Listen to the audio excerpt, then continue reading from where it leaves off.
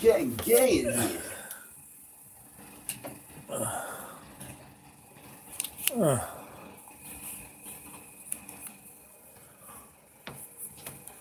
Yeah, getting gay.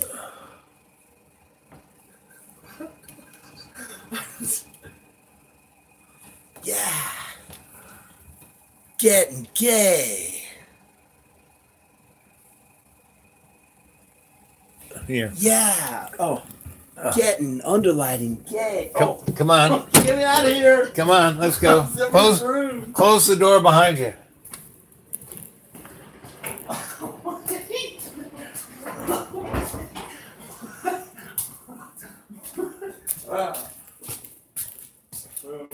Alexa, are you gay? I just think of everyone as friends. Alexa, are you gay? I just think of everyone as friends. Alexa, are you gay? She thinks everybody is friends. I just think of everyone as friends. What's gay? Go out for a night on the town No, John. without alcohol? No. Is that allowed? Sure, whatever. But no, you it's allowed gonna to get in the snow. car at night It's and gonna go out? snow. It's gonna snow. Anyway, Let's go out no, and we're fight not. some No, people not over. not tonight. I'm going to bed soon. So good night, John. Come on, there's a lot of people. 18 people are watching. Oh. 17 are watching now. Holy moly! Yeah. Here, let's see what are they saying. Here, All let's see. sorts of stuff. Let's see. Look at all the chat. We're reading the chat. So how do you We're reading it. how do you go? How do I look at the? I hit this button here. That's There's a bunch of chat. Look at all those comments. so what's Which which 100 comments are like which 40. one? So read some of them. 70. I can't read them that fast. Gas pressure without a container next to a vacuum with space. A vacuum cleaner on somebody's asshole. Vacuum cleaner mechanism right on someone's asshole. All of John Birmingham's comments are his own. They really have nothing to do with me. I'm his friend. I really want him to be happy. Whatever, you know. But Flat Earth guy, listen. You have to get over this compunction to have to know something. You can't know anything. Oh, I'm sorry. No. You can't know anything. Really, it's a real. You're gonna waste your whole life on the flat Earth. Are you really serious? Come on. no. I don't want to be Or mean to him. I don't want to be no. mean to I'm him. not being mean to you. No. You know, Mr. Flat Earth. I think you're really Hey, I got punking dog us. hair here. What am I, gay? I'm from New York City. I'm just trying to. Come on. You want to get gay with me? You want to get gay with me? Hey, Flat Earth guy, You you want want to to? get Hey, Flat nobody's Earth guy? watching. You want to get Come gay on, with let's this get guy? gay. Hey, get away. You want to get gay with him? Go ahead. Go ahead, Flat Earth guy. Hey, you want Yes. to? Hi, Ghost. It's John and I, and we're having a psychic break. I could wash that black out of my hair. I put it on for the video. Yeah, wash that black right out of my hair. Down, wash that Hey, there's a bunch of people watching. Flat Earth, flat. flat. So Well, hey, if somebody goes into space, spend $30,000. Forget it. What are these other people saying? What are those? I can't read it. Use it on credit What cards. does that say? What does that say? What does that say? She tried kindness all her life. Right. No one gave it back to her. I'll be kind to you, Jennifer K. Yeah. Hi. He will. He will. Hey. Hi. Who knows? Everyone goes towards Who the knows? devil. That's too bad. Everyone, no, not everyone goes. Not towards everyone, The devil. not No, everyone. sorry, not everyone goes to the devil. People can be jerks, even if they're just a little bit of a jerk. But everybody's kind of like that, and you just gotta find the ones that are the most kind. John, I'm just gonna. Hey, everybody! Is everyone talking fun stuff? Yeah, I'm gonna leave you with the game, John. You got all these John, people to talk to. What? No, you gotta be in the video. No, I'm gone. I'm retreating. You want to sit down? I'm going to. Let's go on the gay red light special. No, John. Let's get gay. No. Please. Help me, please. Help me. No, In the John. dark. No, we're good. We're good. We did a Gay nice. in the dark. We did it. No, John. They went from being in the complete dark about being gay to being in the red light special room having sex. Help me. Help me, please. Help me. Please help me. The flat Earth people keep commenting. Well, good for them. You know, guys, if that's all you can think about the flat Earth, you know, well, that's good. You know, if it makes you happy, that's great. You know, You don't believe in it? I don't believe in anything. The only thing think it looks like it's all around I have faith in love. Love's co-creation. Everything else is an illusion. Unless you believe in faith, not believe in squat. Because all belief is an opinion, right? So no. If it floats your boat to go on about flat Earth, hey, more power to you, buddy. Do you think we went to the moon? Somebody said. Well, I wasn't there at the time, so I can't tell you. I don't believe in anything. How much more can I say? I do not believe in anything. I only have faith in love. Hi.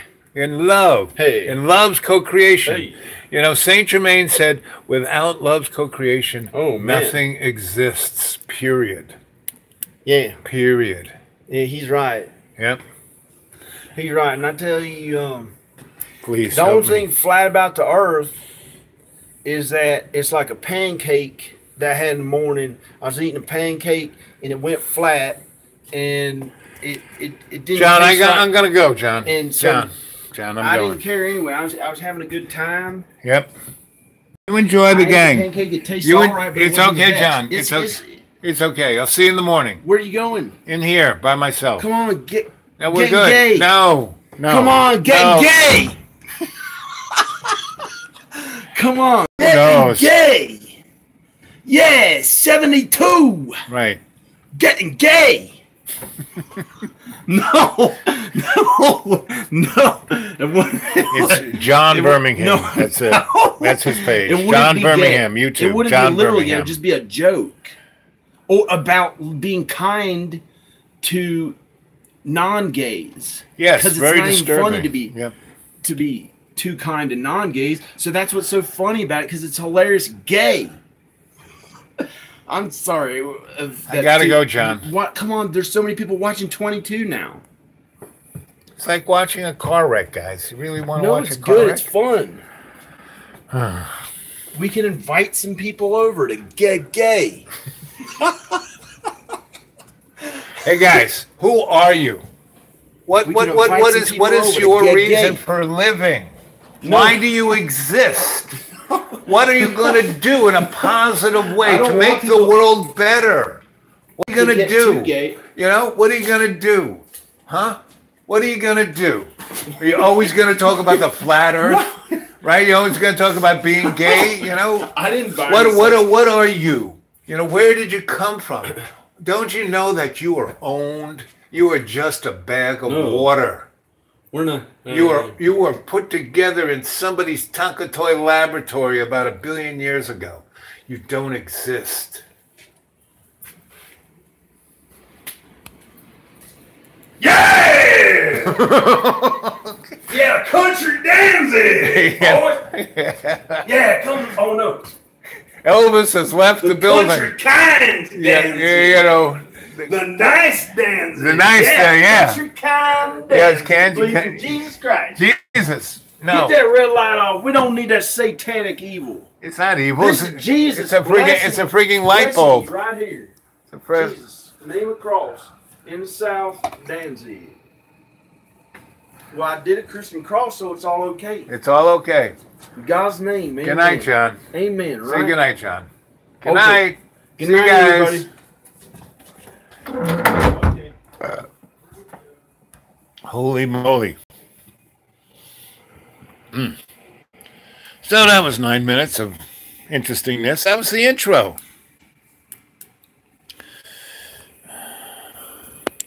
That was the intro.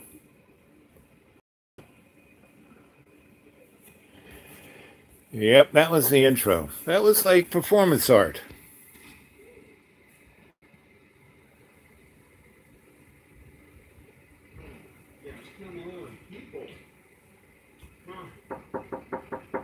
What, John? What, John? What? Same old thing, getting gay. No, John. Except really getting gay. Watch this. Can I come in? May I come in? John. Gay? No, I want tomorrow morning. Tomorrow morning. You're not like naked or something, are you? I'm totally naked, John. Watch this. Wait. You're not. See? Yes, I'm totally naked. No, you're not. You're... I will get totally naked. You want No! me? You want me to hear it? I'll go totally naked. Get out of here. I'm totally naked now, John. That was the only way to get rid of the boy.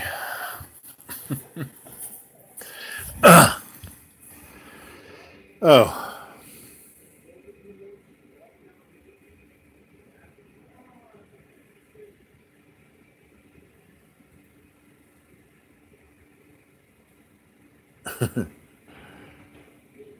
Well,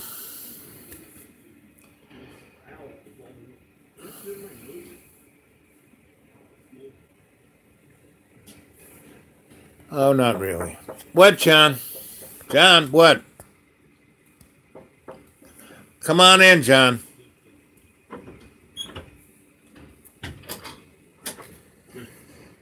So you want to hear what people are saying on my little live chat, John? Is John okay? Is he talking about gay? I wish I could. This is strange. What is John doing? This is disturbing. No, Oh, wow. You're trying. You're calling out negative. You're No, finding John. You want negative. here? You want to read these? Here, you can read them. I'm just being social. You know. He said these are goyim. What is goyim? Goyim is a Hebrew. Best way to describe Goyim is a Frankenstein. Goyim is a creature made from mud. You know, in Kabbalah, there is a mechanism that you use to bring forth the Goyim. Did you study the? Is it the Quran? Wait, No, Kabbalah. The Torah. Torah. The The Torah. Torah. Oh my gosh. Yep, It's yep, the Muslim yep, one. yep. The Torah. Obviously the Torah. Well, you know, Islam. Islam, you know, people who are Muslims are just Christians on steroids. Because there's a three Islam, you know, there's a three faiths, Christianity, Islam, and Judaism, or the Hebrew. They all, the Old Testament, New Testament, you know, so that's kind of, man. yep. Mm-hmm. Well, we're hanging out in Al's room. Close the door. If we got, you know, close the door to keep the warmth in, you know. I don't know if normally I wouldn't be in his room. I'm not against the flat earthers too much, but I just don't personally believe in it as much. I don't believe in anything, John. It's all an illusion. So we had a very nice chat this afternoon. You can spend a few $1,000s. You can spend a few $1,000s. And we talked about some pretty interesting things. That goes into space if you can get the clearance or the air clearance. Fly all the way up, have a video camera on it, spend $4,000, $7,000, get a bunch of y'all together, and you can fund it. And you'll see when it goes far enough into space that hey, that's the real Earth like they show in the pictures. That's what I believe.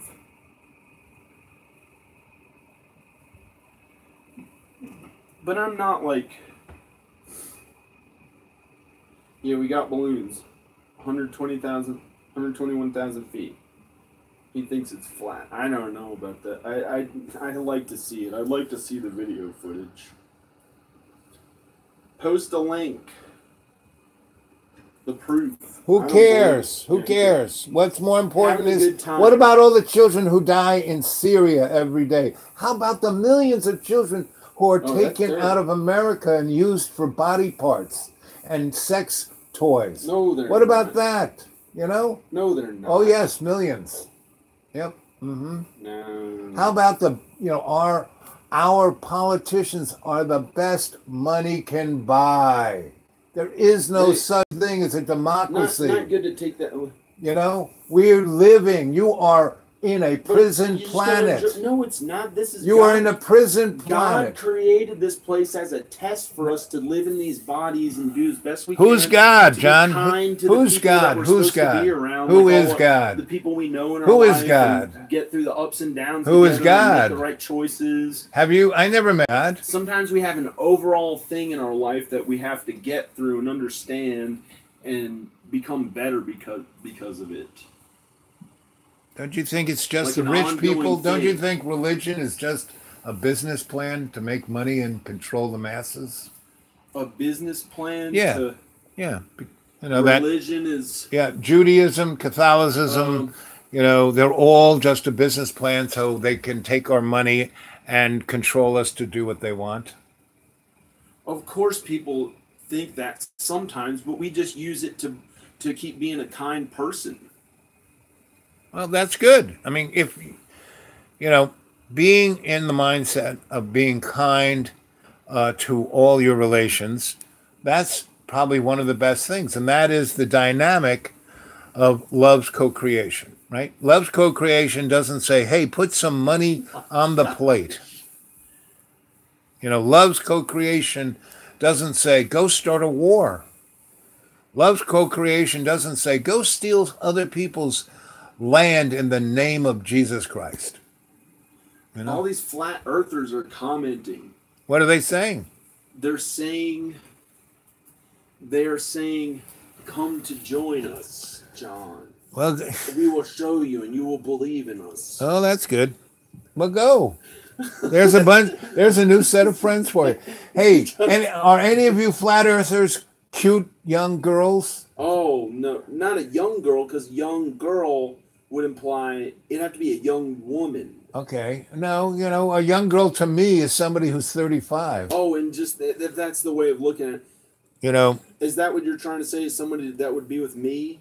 no. Yes. Maybe. Could be. I don't know. This is just performance art. Are you guys being entertained? Any crones? Yes. All lies. Yes. My friends here think you flat earth people are just full of lies. Oh, gosh, What is that? What is this stuff here? What is what stuff? What is? Oh, Well, this Oh, I'm is sorry. this is air freshener. what is that? And It's got a picture of weed on it. this is Ah! Get out of here! What is he doing? What are you doing? What are you doing?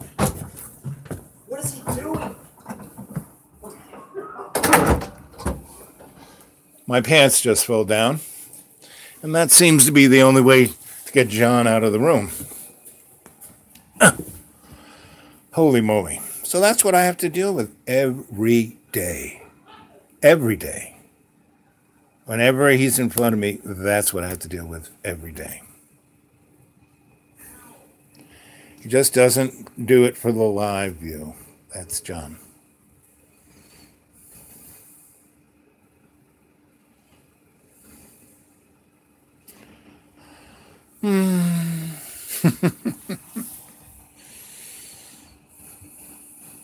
Every day. And it's hard to have, I let it go on. I did this thing. Again, go to John Birmingham. That's his channel, right? You can see the live chat we just had there. I really tried to, ease into his life and maybe get him talk about it, which he did here and there. It kind of gave some insights, but, then the flat earth people came, and it's like a cat going,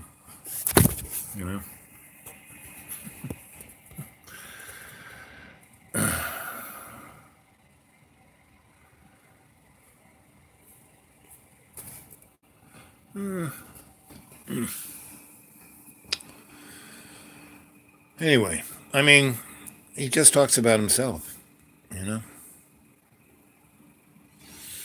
There is no, and the guy with the the flat Earth guy, he was a great example of someone who is stuck on a belief, right? And will go to the, to the mat for the flat Earth. You got to be kidding me. Who cares? Flat Earth, round Earth, who cares? No, Anyway, and now he's going on talking to those people about how I pulled my pants down. Yes, John.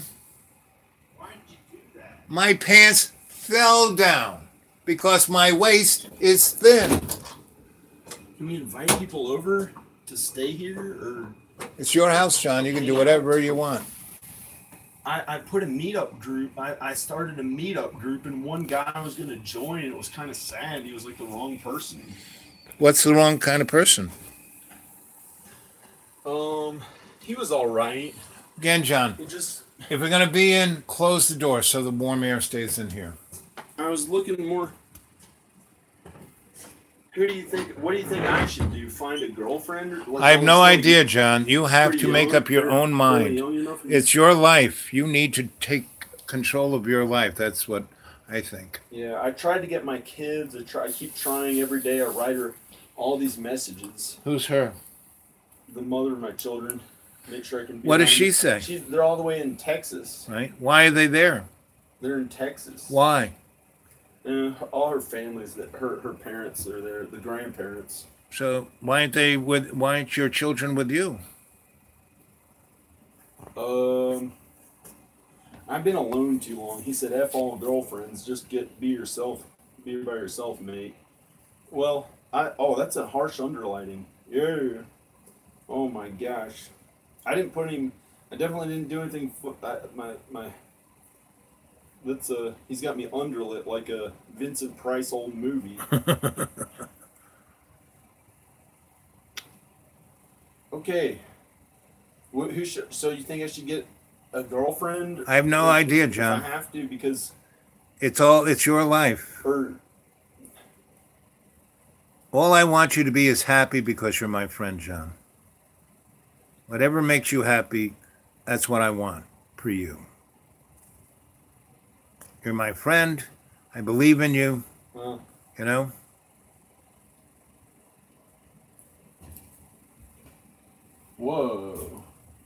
There's the selfie thing. I don't want to scare anybody off with a selfie. With this mirror selfie.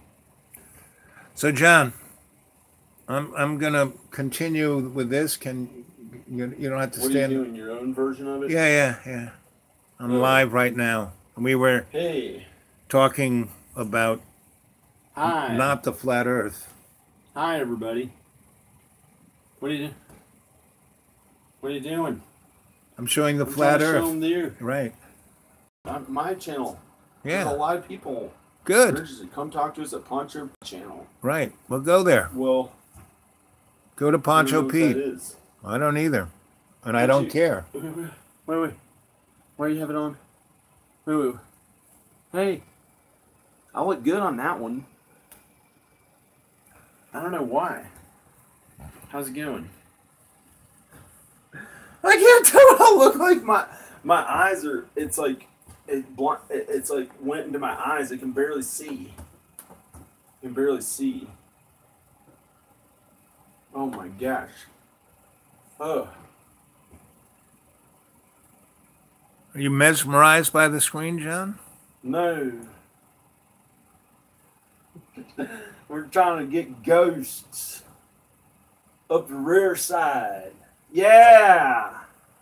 Ghosts. There's a ghost. Yeah, this is awesome. I've been here so long, for 2 years. It's like I'm humping a ghost. I'm humping a ghost. I'm humping a ghost. Yeah. Let's dance with a ghost. Sorry. I'm by myself. Talking to myself, but all these people are watching. They're interested in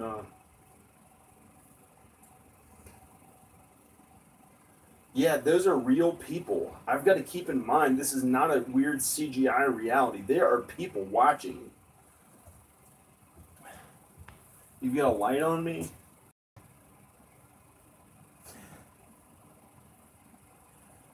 Let's invite people over. I invited them all over. Somebody That's come right, over Turk. to enjoy myself, my youth, before I end up dying and being like way older.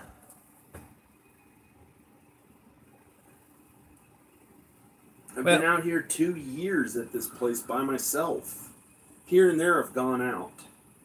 I traveled across country 9 times for a very short amount of time, and then stayed back by myself out here and never go into town. Almost never. I had to go yesterday for a dentist appointment, and it went bad. Went bad? How did it go bad? Oh, they just didn't even charge me, and it was useless, and it felt awful. It was like I could have just stayed home. That was my fun of the day. That was my fun of the week. Going to the dentist. Going out to a dentist.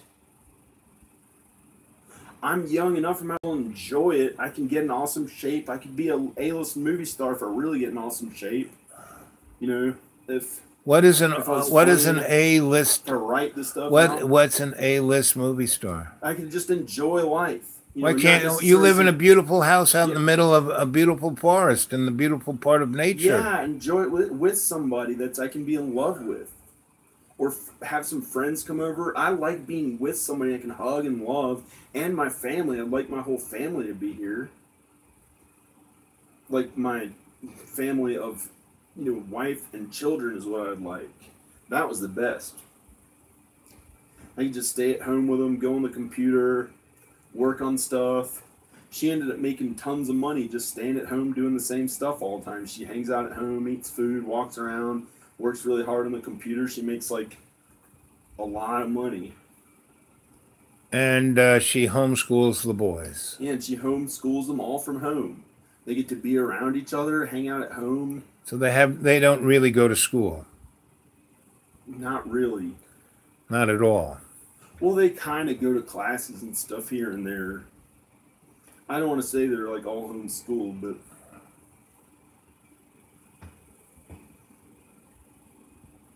Cincy Alabama and Cincy John Birmingham geniuses for creating these 2 characters. The script is amazing. That's really nice. I love how the 2 characters fall out with each other to attract more viewers. Billy Bob Vlogs. Hey, Billy. How you doing, buddy?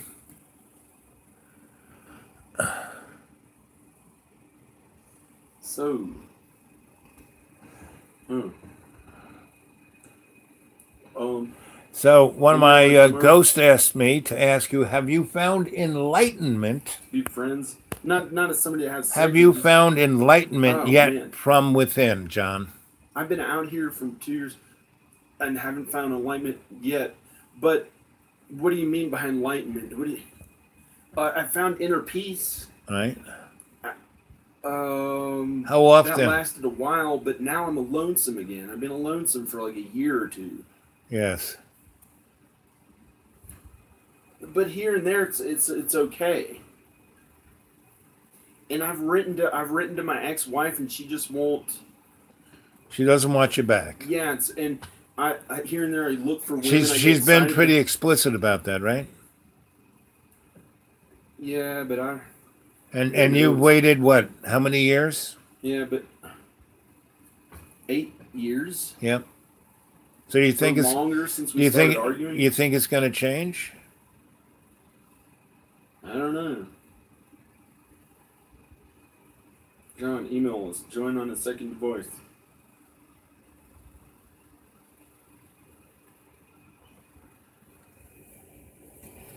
I can do it later.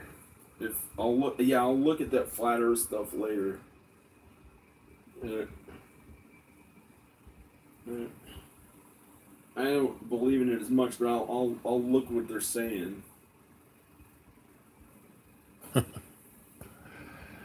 So you done, John? Can I go and continue with this? We were gonna have a discussion. With your discussion on your channel? Mm-hmm. What are you going to talk about? Well, what are we going to talk about? We're going to talk about aesthetics, what reality is, Honcho Pete. Well, who we are, where did we come from?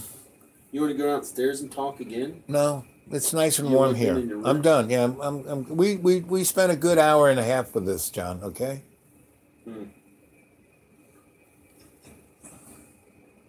Oh man, Melanie Arlson and 5 artists liberalis. Melanie Arison. Arison. Arison. Arison. Arison. All right. David Banner, thank you. So why don't you just take those guys and go talk to them upstairs? I don't know what else to say. I want to be around more people. Well, there are 20. How many people are on your channel at the moment? We Flat Earther says thank you. Wow, a lot of them were on here. Flat Earthers are on here. They're still on here. Good. Come, space is fake. Come join us. We'll all leave on your command. Oh my gosh! They're looking for a leader, John. You know, Well, you can be their guru. I don't know how much the world needs anyone like that. Oh, they need They you, have it John. under control pretty well. Yeah, I don't With their know. different countries. I don't It got know. out of balance there in America with first Obama try to have perfect world peace even with our worst enemies and reach out to the worst enemies on earth, the terrorists, with somebody who is Do you actually? But all of John, we tried kindness to every last person. John, there was no tolerance of Obama diversity. bombed more police. Obama killed, murdered, burnt In the name alive of the more liberal- people in than the name George of the W. kindness political stuff. Yes, he And did then in we the tried name to of the make up kindness. for it by putting Trump in, who is the opposite. No, Donnie It's is kind of in no. balance, but we're doing okay again. We figured out, okay, we're doing all right with him there. Yep. So anyway, so this was a nice little performance piece of what the world is. This is a good example of what the world is. And because it's an illusion. This as funny as this little room with the red light and the flashlight. That's Well, kind I'm of gonna go, Al. it's kind of what. Yeah. I'm turning the video off. Okay, Let's buddy. say See you in the goodbye. morning. Bye, kids. Bye, Al. Bye. See you in the morning. Bye, everybody. Yep. And it's all about I want all the attention. I want all the attention. And when you are stuck in that, you're in a place where you have no consciousness. When you're looking for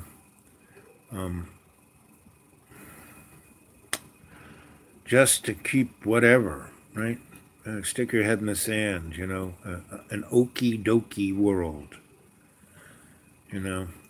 but it's all right in front of us, it can't be any more plain in sight, right? And it really, really, I mean, you guys are righteous because you are pursuing a new path. You're not stuck in the same old same. Now, hey, we all are in our little avatar bag of water, and we all can be unconscious. I am, I know. But you folks are truly working, right? And I allowed that to happen because I wanted you to see. And I keep saying John is the canary in the social coal mine. John is not, an aberrant. He's not, he's crazy. No, with the end of the 19th century, England tried to put everything in a category, right? So they could own it and control it, because they were the empire that the sun never sat on. They were basically the Roman Empire, the Egyptian Empire, all those empires. The Third Reich was right in there. And all these folks are control freaks, folks who believe in, Christianity or, Judaism or Islam or any of the above. They're just, they don't want to take responsibility for their own life. And they're ready to blow up a school bus of kids, And, that is not what it's about.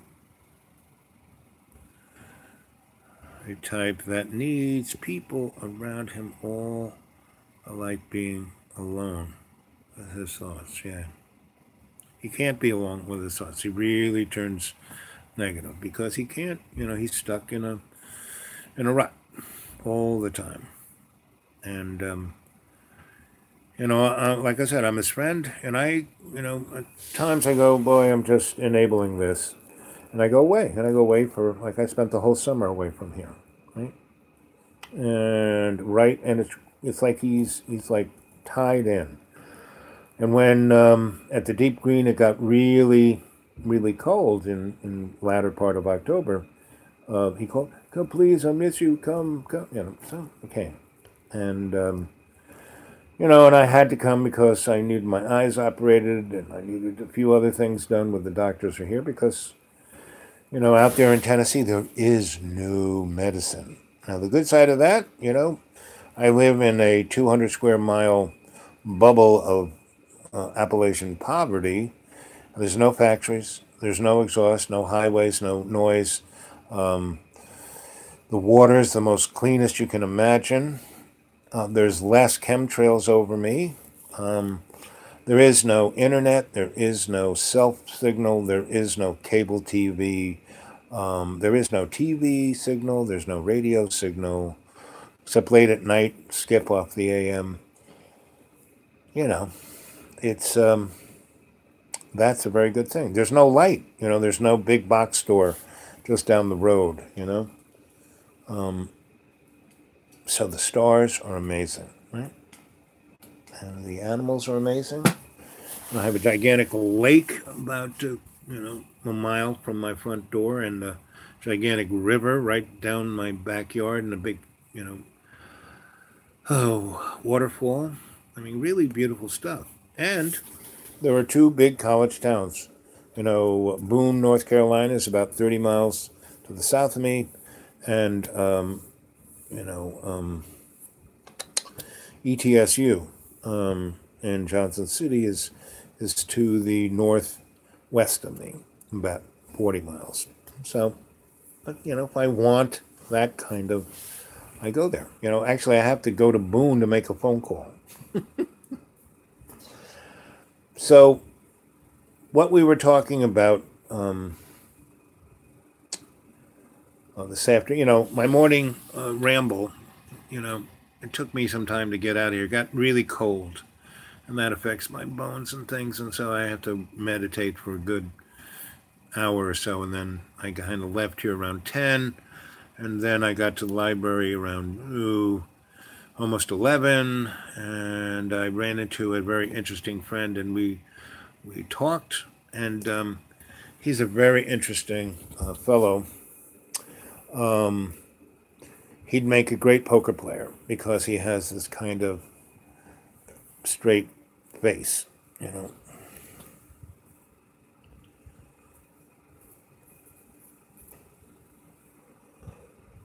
And he listens. He's an active listener. So, on the griot, I talk, and then he kind of comes up with a good question from the dynamic of what I've been talking about, and then I think, right? And then I'll ask him a question, and he, I pull him out a little bit, and he brings me his sensibility of it. And so he's a guy who kind of grew up in a Christian family, a non-denominational, and his parents seemed to be interesting in that they traveled around the world assisting Christian organizations and basically just being janitor, clean this up, fix that.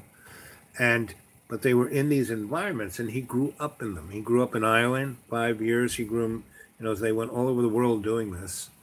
And so it's almost like being in the military without being in the military. And it wasn't even in the religion either, because all these places were different religions, Christian, but And so he has a very, very interesting worldview.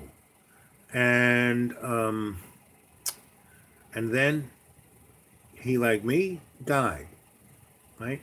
And they brought him back, and he's now a different guy. You know, he had kind of woke him up from, you know, what he thought his worldview. And then he met a woman who was in love with, and they got married and had 2 kids. And now he has this really interesting life, you know. And anyone who has a life like that, I call an LG, a lucky guy, a lucky girl, right? And so they both have their own, like, little bailiwicks of what they, you know, she was a scholar of such, a teacher, and he was a business guy, and he's pretty good at it. And so he's now, after he died, he got out of that, I think, part of that pressure of that business scene. So he's now what he calls himself as an entrepreneur. So he kind of is light on the business. But his most, you know, he makes enough money to pay the bills, take care of his family. But he's all about, you know, his kids are, you know, young. And so he's every day, he's not going to miss a moment of being with his kids or having his kids be with him and be with his wife and be present. I mean, he's like one of the very few people that I come bumping into who are present. And usually I have to, you know, push people into that.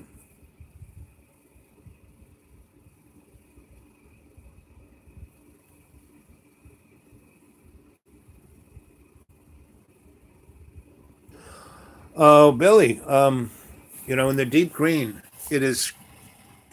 see, in the mountains, you don't have the kind of ticks. You don't have the kind of, it's a very insect-free kind of scene, right? The only kind of you know, insects, really, there are ants and there are bees, you know, pollinators. And there's, you know, there's hornets, but there's, you know, carpenter bees, there's honeybees, you know, and all of those guys are pollinators. And so you leave them alone, they'll leave you alone. But ticks, not so much, right? In the deep green up there, where I am, not many ticks, right? And because there are not many people, there's not many of this, not many, you know. And so it's a thing. And up here, well, there are ticks. I mean, if you go, and what's really interesting about the hill here, within the construct of this hill, that was a spiritual ley line spot. There aren't that, you know, there's the owls that came when I showed up here, and they kind of ran all the varmint off. And then about 800 feet below, that's where there's, you know, because there's a couple meadows, tall grass. Here it's woods without any grass. So, but you know, I had a really nice fire pit here, and John basically, we had a big ice storm, and instead of cutting up all the limbs for kindling, he piled it up so he can't get to the fire pit.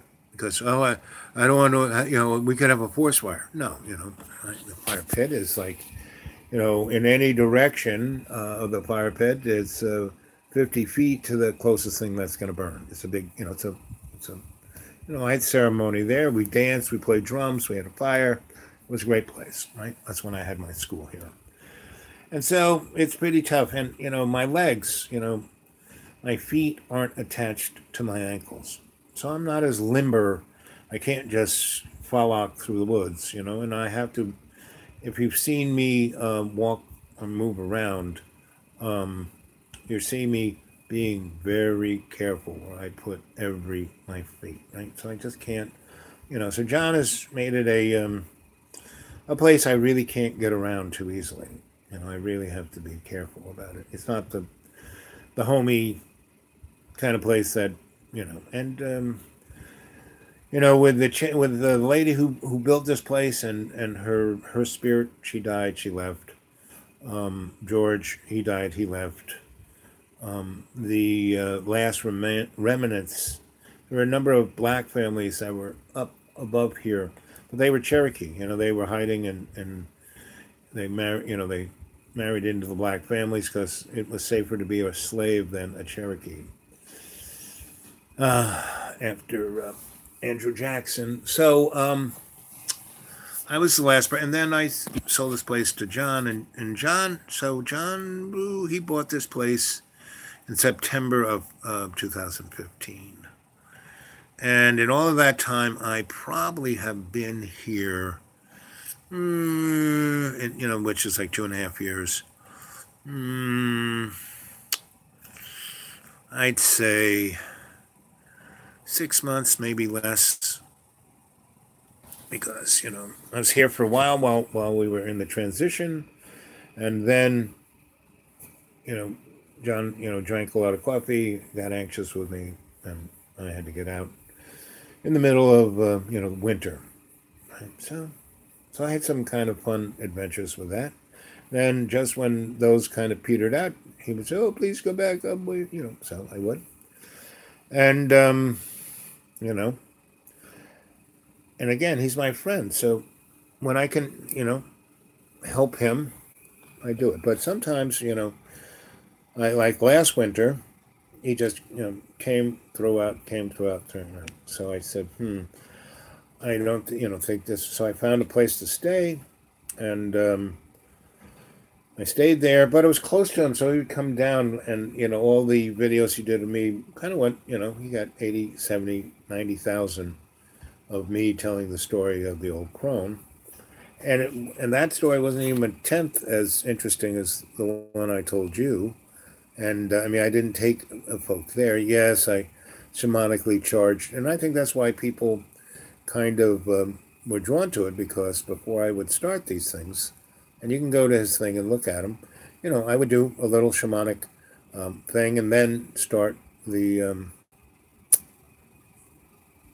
show, right? And so anyway, so that's John. And he's my friend, and I want the best for him, and I try my best to, facilitate and help him. But at a certain point, like my mom would say, you can drag a horse to water, can't make him drink. And yet, for me, why I do it, yes, I get a warm room. But I could be thrown out at any minute, right? He's done it so many times. And it's like no telling. So that's, I do things that he likes. He liked doing that live chat. But he has no respect to, that went on, go look at it for an hour and a half before I decided, okay, that's it. And I tried to do a little live chat of my own just to put on my channel, a point of view from a different angle of what was going on. And again, Dreamy Dreamland with Sensei Al Bob, this is a platform to assist you adepts to grow into your, move forward and ascend into your higher conscious, right? That's what I'm here to do, right? And I don't think I'm going to do this ever again because it's not fair to you guys. And but this one evening was there. You're in Virginia Beach. Are you studying Edgar Cayce?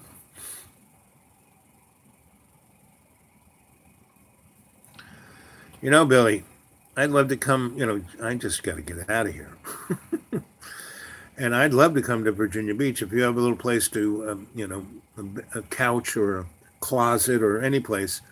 And I think, if you contact me at the Dude Awake 42 at Gmail, and we can discuss it a little bit more, I would come down in a heartbeat, and I'd love to, I'm sure there's an interesting community. See, the community here in Roanoke is a lot like John. John grew up here. he kind of represents this. And why I stayed in Roanoke, Virginia, as long as I have, because I was a demographer for the last 20 years, scholar slash demographer slash corporate, hitman, psychic corporate hitman. And it allowed me to have a very interesting life. I did all the things I wanted to do, got paid pretty good, traveled all over the place, But once I got sick, and that in doing that made me sick, because I wasn't following the path that I came to this time and space to be, and I'm doing it now. I'm being your Sensei Elbob, And I've been that my whole life from infancy on. But, within each part of the circle of life, you are the same character, but you're the infant, the young child, the adolescent, the teenager, the young adult, the adult, the aging adult, the old dude, and Grandpa Smurf, right? I'm heading into my hair hasn't turned blue yet, but I'm heading into my Grandpa Smurf years. So, but every time I kind of, take a slight turn away from that path that I've, agreed, signed the contract. And if you go, Billy, I would say you should go to my blog, which is xratted.blogspot.com. And that is just one of my 26 novels, and I've got about, somewhere between 100 and 200 short stories and somewhere between 200 and 800 treatises. I got a lot of writing. I haven't put it down on that blog spot because I didn't, I've done all of these, I've done almost 200 YouTubes since October. I do 2 a day, whatever that works out to be. And so I don't want to, and the way the people are observing them are, they look at them, they're there for the live chat. There's that somewhere between 7 and 20 people every time I do a live chat. And then people come back and stroll through everything at their leisure. And that's cool, And you can see a real train of thought. And it's, what's interesting, you can start, it's like you can either throw a dart at this and look at anyone, start at the beginning and move up, or start at the back and move down. And they both have their own gravitas, their own interest. So, Bill, if I can call you Bill,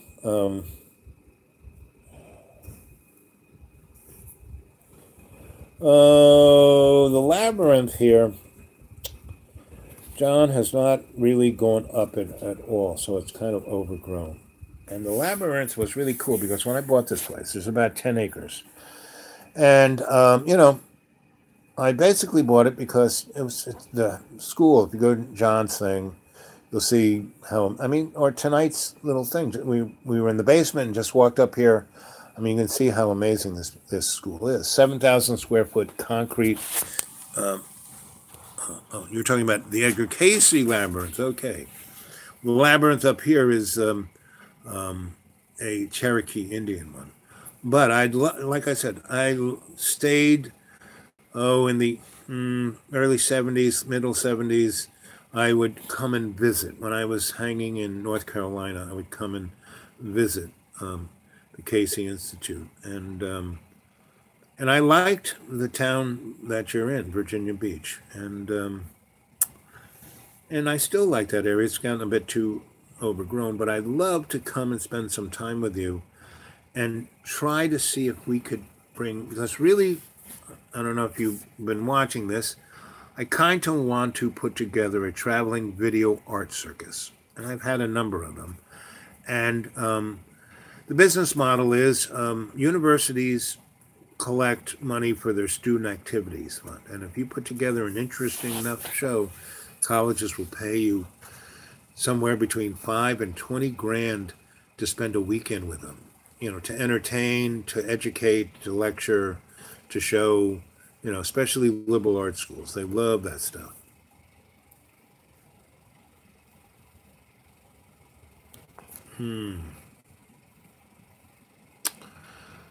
So I'd love to come and visit you, and we're about to have a snowstorm here, and I have very limited resources. I just live on my Social Security and the kindness of my adepts. And anyone who wants to send me any kind of gratuity, they can always send it to me, Al, Martino, at P.O. Box 1165, Vinton, Virginia 24179, or the more even amazing expedient way, that's if you want to send me a package. A lot of people, I love it when people send me cards and art and letters, and because and you can get a hold of me at the dudeawake42 at Gmail, and people leave just pages and pages on that. But I'm an energetic guy, so when someone writes something on a piece of paper and I hold it in my hand, I'm there with you, right? And people send me, Christmas, you've all been amazingly, beautifully kind and generous. You've sent me all kinds of Christmas boxes with food and all kinds of yummy things and things that will make me feel, like, vitamins and, when John says, what's this? People send me, the best thing that has really helped me is, whatchamacallit, Carbon 60. That stuff is amazing. And also the CBG oil, that stuff is really good. And, cinnamon and, all of the other stuff that's good for people with diabetes and neuropathy and all the herbs, because I can't afford it. I mean, I know what to get.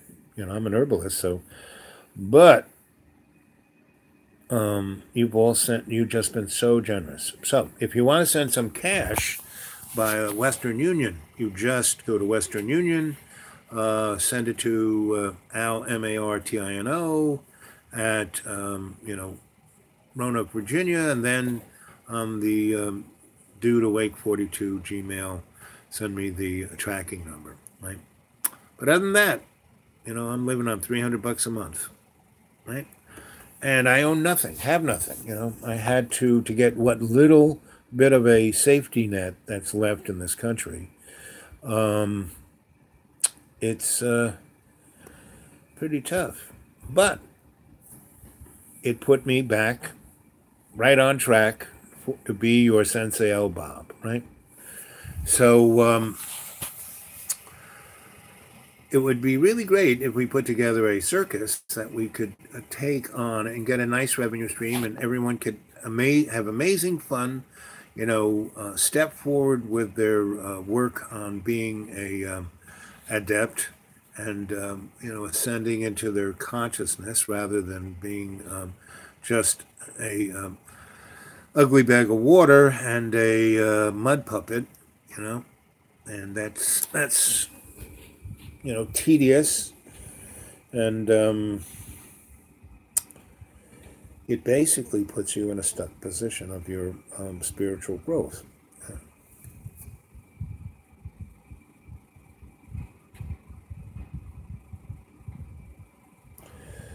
So, Bill, do me a big favor. Go to my Gmail and hang on, put some links up there so I can go take a look at everything you're doing. I'd love to see that. And, Bill, have you ever been to a rainbow gathering?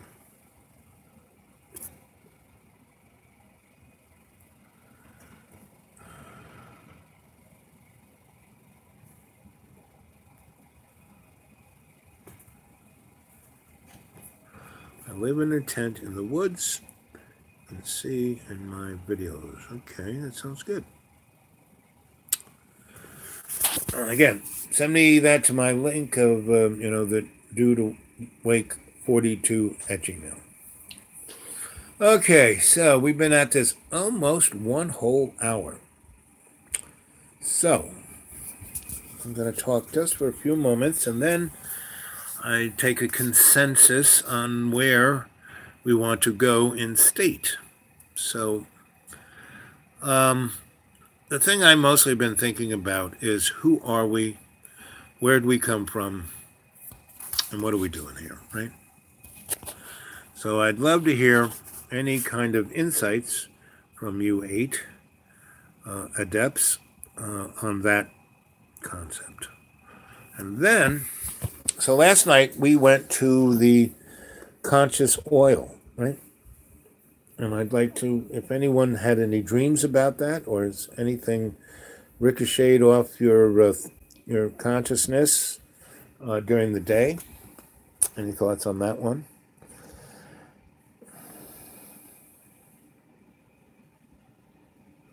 Oh, good.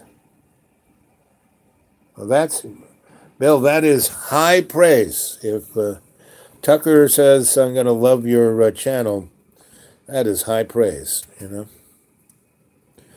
And I am very pleased and honored to have you as one of the adepts, part of the cadre, right?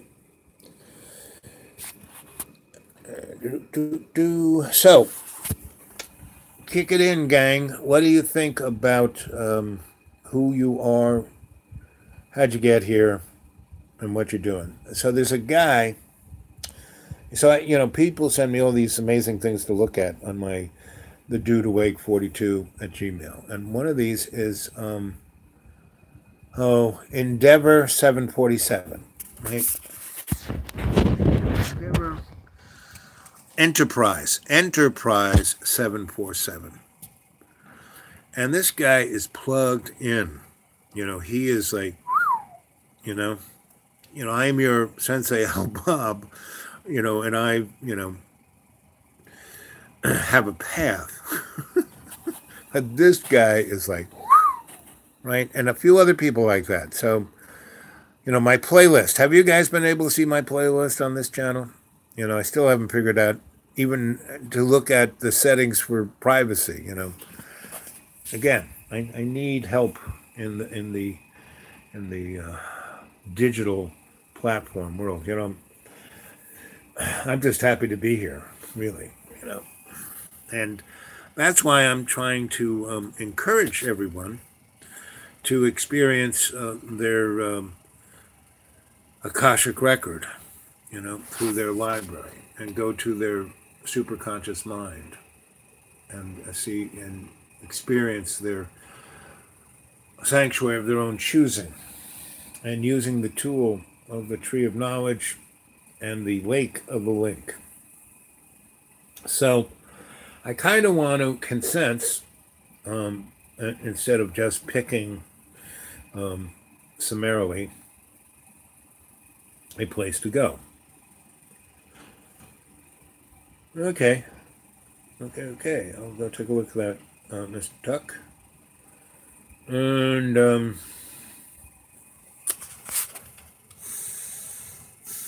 so the oil was, the story about that was an artificial intelligence that was made in an organic form that was devised by DARPA to be a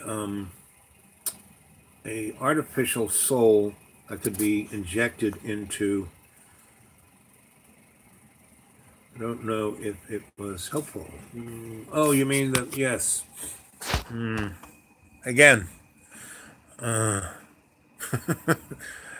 have, I have to almost write it down and go step by step.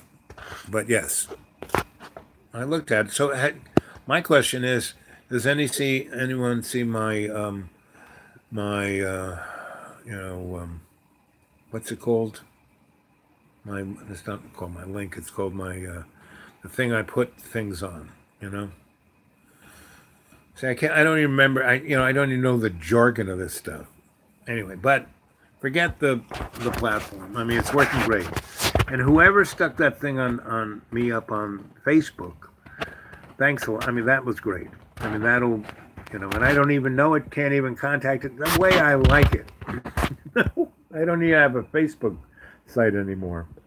So anyway, I mean, I did. Someone like these, my YouTube, my Gmail, and my blog were all set up by other people who wanted to see it.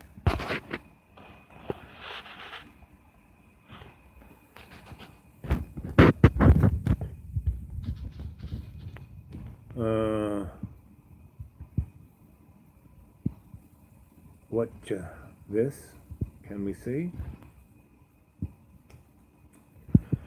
Anyway, someone put Dreamy Dreamland with Sensei L Bob up on Facebook. So, and I don't have any control of it. You know, one of you adepts did it. And that's how I got all of this stuff. You know, somebody knew me, heard me talk at a school or a university or at the library, and came to the library and found me and said, "Hey, listen, I set this up. Here's the password for that." Right? And then he put it on my, and she and it put it on my phone. Playlist, that's it. Can you guys see my playlist? You know, and if you can't, you'll have to make it public. Anyway, and there are a lot of really, it's all the stuff, and in the playlist, there's the 2 folders. I don't know even how that got put there. And it's, the things I'm looking at, and you must see this, right? So, anyway, or the likes, the likes, and you must see this. So it'd be great if you, oh yes, we could see your playlist. Well, then we could talk about all that stuff that I'm talking about.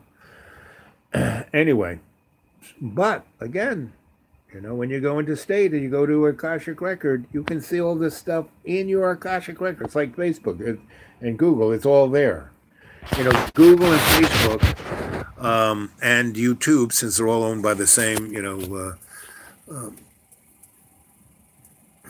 powers that shouldn't be, that's their artificial form of the Akashic Record. Just like the soul oil was DARPA's artificial form of a soul, right? Which they wanted to use as a golem. Somebody was talking about a golem. You guys know what a golem is, right? You've all studied Kabbalah, Kabbalah is Hebrew form of alchemy.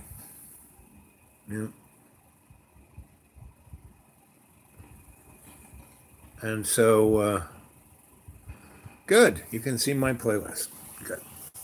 So go peruse all that stuff, and we can talk about that stuff, because there's some pretty, interesting, like that guy, 747. He is so plugged in that he is almost unintelligible. I mean, he has his good days and his bad days. When he's good days, it's like, wow. And his other days, it's like surfing, right? That's why I'm your Sensei Al Bob. I have this nice, you come here, you know what you're going to get. It's going to be enlightening. It's going to be nurturing. It's going to be loving. It's going to be, open to whatever you are. I'm not saying you got to change. You got to be like, no, I'm always like, hey, we are a community and we are open to everybody. And even the folks who could be like obnoxious, like Mr. Flat Earth there on John's chat, I would not say, get out of here. I would say, no. You have to be respectful. You have to be part of the chat. You can't just constantly talk about one thing.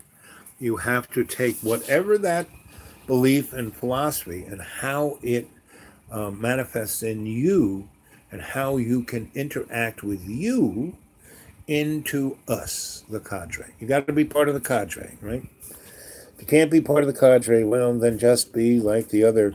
There are about 200 and something folks who, they watch it all, they don't comment, right? And that's, whatever that is fine by me. Hey, we're easing into this. We started out in a surreal performance art piece that first started out on John's chat, and then and it was about 40 minutes before 7 o'clock, so I popped my chat up just to get, so it would be on my channel, so you get a flavor of it. And then it got to, so I left, but I still stayed down there hanging with the boy.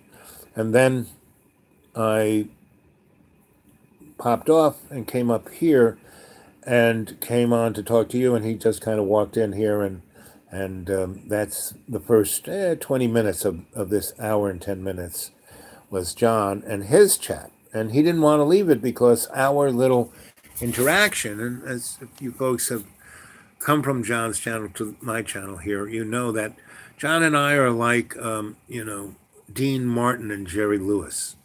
And what's the fun part of it is that sometimes he's Dean Martin and I'm Jerry Lewis. And sometimes I'm Dean Martin and he's Jerry Lewis. But he's always, hey, lady, so, and, I am here to serve. I'm not here to believe in anything. I only have faith in love's co-creation, right? And I put this channel up to create a community of adepts that would form a cadre. What is a cadre? It's a group of folk who accomplish something, right? Now, you don't have to say, oh, it's got to be this way. Yep. It just has to accomplish something. Like in the Bible says, when more than two come in my name, there I am, right? So every time we do this, and I continue to do it because every time we do this, this happens, however many there are, we come together and, we are the cadre, and just by our presence, I forgot which one of you said, and I keep saying, I'm just a pebble in the pond, the little ripple, right? And one of you said, and all of you said, we are just the little pebble in the pond making the tsunami of love's co-creation. That's what we are, And every time we do this, every one of you, I go back and reread the chats. During the chat, I kind of amble on as the griot that I am, and that in an alchemical way sets you guys up to drop all of your your negativity. Like when we go into state, the first thing I do when we go into your Akashic record is you eliminate all the negativity, and so you can be open for the path that we take, right? So okay, so it's 1 hour and 12 minutes and 52 seconds. So since I haven't really received any consensus from you guys about where we're going to take our journey,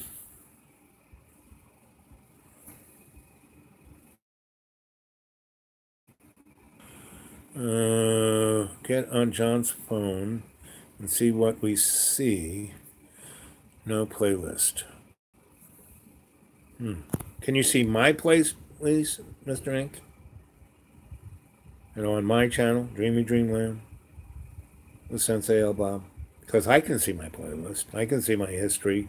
I can see my videos, See, I don't know how to set the settings for any of this stuff. And that's fine. Right now, we're still in the early stages of this. Within a very short time, I had a speeding ticket. I told you that story. I went unconscious. I went past, I was such a person stuck in my rut that when I drive around here, I really am habitual about which directions I take, what roads I take, that kind of stuff. And I passed the road I normally take. And I could have just stayed on the road I was on. It would have taken me all of maybe 30, 40 seconds, 2 minutes more. But I turned around and went back down that road. And by doing that, I got a speeding ticket. Meaning I was unconscious to the universe saying, don't go that way. But I turned around and went that way and got a speeding ticket. So, that's $200 that I don't have. And, I deal with court and blah, blah, blah, blah, blah. So anyway, I started, dealing with that the other day. And I went to the court clerk to find out some information. And basically getting that ticket made me meet the head clerk for the, county and state. I went into the office and there was that person was the only person. I said, can I have, and she said, it's not my job. And I said, what? And instead of getting angry or anything, I just kind of looked at her, and I went to open my mouth again, and she put her finger up like this. And I said, let me see your palm. She put up her palm, right? And 99.999% of everyone I say, put up your palm, they do it, right? Put up the hand you write with. They do it. And then I give them a reading. I'm really, really, really good at cold readings. And if you send me your palm, the hand you write with, to my the Dude Awake 42 Gmail, I'll give you a cold reading. Anyway, so I gave it to her, and she started to weep. And she goes, I can't believe it. And I go, what? And she goes, you have told me more important information and have touched me. I've been going to see a psychotherapist for 20 years, and you have told me more in 5 minutes than that moron has ever told me. I'm not going back to that moron. And I told her a whole bunch of things, hey, this is what's going on. Do this, do this, do this. Try this, here, breathe 20% more. Anyway, so she just printed out readings of everything I needed to know and more, right? But she's the clerk of the state. Fucking A. Then the big cheese judge came in, and she's, handing me this stuff, and he says, what are you doing? And we both look at him, and she goes, she never does this. This is not her job. That's exactly what she said to me. And then she goes, he's an amazing guy. Oh, he's changed. And he goes, whoa, she hates everybody. And then she goes, he read my palm. He needs to read your, and this is the head judge, right? And he read his palm, and he's like blown away. And then he says, any time? I have some questions to ask. I said, sure. He goes, did you have lunch yet? I said, no. So we go have lunch. And we start talking about theology and philosophy, two of my favorite subjects. And he starts to cry because he said, my whole life I wanted to be you. I said, what? We've known each other an hour and a half. He goes, no. I wanted to be that person who just wants to listen and give advice. And he then uses the word, be a griot. And I'm going, okay. And we have this great conversation. I went to the university, I studied theology and, and philosophy. And then when I was about to go to grad school, my father said, no, you have to go to law school. And I said, but no, I want to do this. And he goes, no, you're going to make a living doing that? No, you're going to be a lawyer, like I'm a lawyer, and you're going to become a judge. I couldn't make it to be a judge. You're going to be a judge. And he goes, no, I don't want to do that. I want to be a philosopher. He goes, no. If this is a crossroad in your life, boy, right here, right now, I will disown you. Right, I will walk out that door and never talk to you again. Never support you. Never pay another bill. You'll have to go get a job, and I won't pay for, this last semester. You won't get a degree. You'll have to go work at 7-Eleven. And this guy, he let fear take over, and he said, okay. And he finished, and he went to law school and became the judge his daddy wanted him to be. And he basically is miserable. But he said, this is the best 2 hours I've had in the last 20 years, right? So I would not met the head clerk and the head judge and become best of buddies with them in less than 3 hours if I hadn't gotten that speeding ticket. Yes, I had to pay $200, and yes, and he said, oh well, just come to court and you'll go to school and they'll take it off your thing, and then you won't get any points, and you won't your insurance won't go up. I said, yeah, but I'm gonna have to pay. He says, you'll figure it out. So, and he's right. And so, yes, the universe was putting in my, zing, I went by that road. And if I had been my awake self, I would have gone, oh, I should be going down this road, right? Then I wouldn't have gotten that ticket. But the other deeper side, when I was in the ashram and everyone was meditating, like, oh, I'm meditating, and I was, sleeping like a chainsaw, I turned around and went down that road, because the deeper thing was for me to meet those people, and then the other people I will meet further on in that path, and that is part of the path, is to realize whichever way the boat goes, as my sensei would say, all things are as it should be. I remember one time we got in a car crash together, right? I mean, just totally, just, right? And we did it again. He was driving and he had no frigging license, right? And I was his chauffeur. And this one day he goes, I want to drive. And I said, really, Sensei? You don't have a driver's license? Da-da-da-da-da. So I don't know. I just want to drive. I said, okay. Whatever, he was my sensei. Whatever he said, I did. And so I'm sitting in, the thing, and we both have our little seatbelts on, and we're driving, and we're coming up to a situation where someone's about to get T-boned. And he floors it and hits the car that's about to T-bone the other car. And that car was just about, and that if he had gotten T-boned, this guy's doing about 60 through a red light, he'd probably been dead.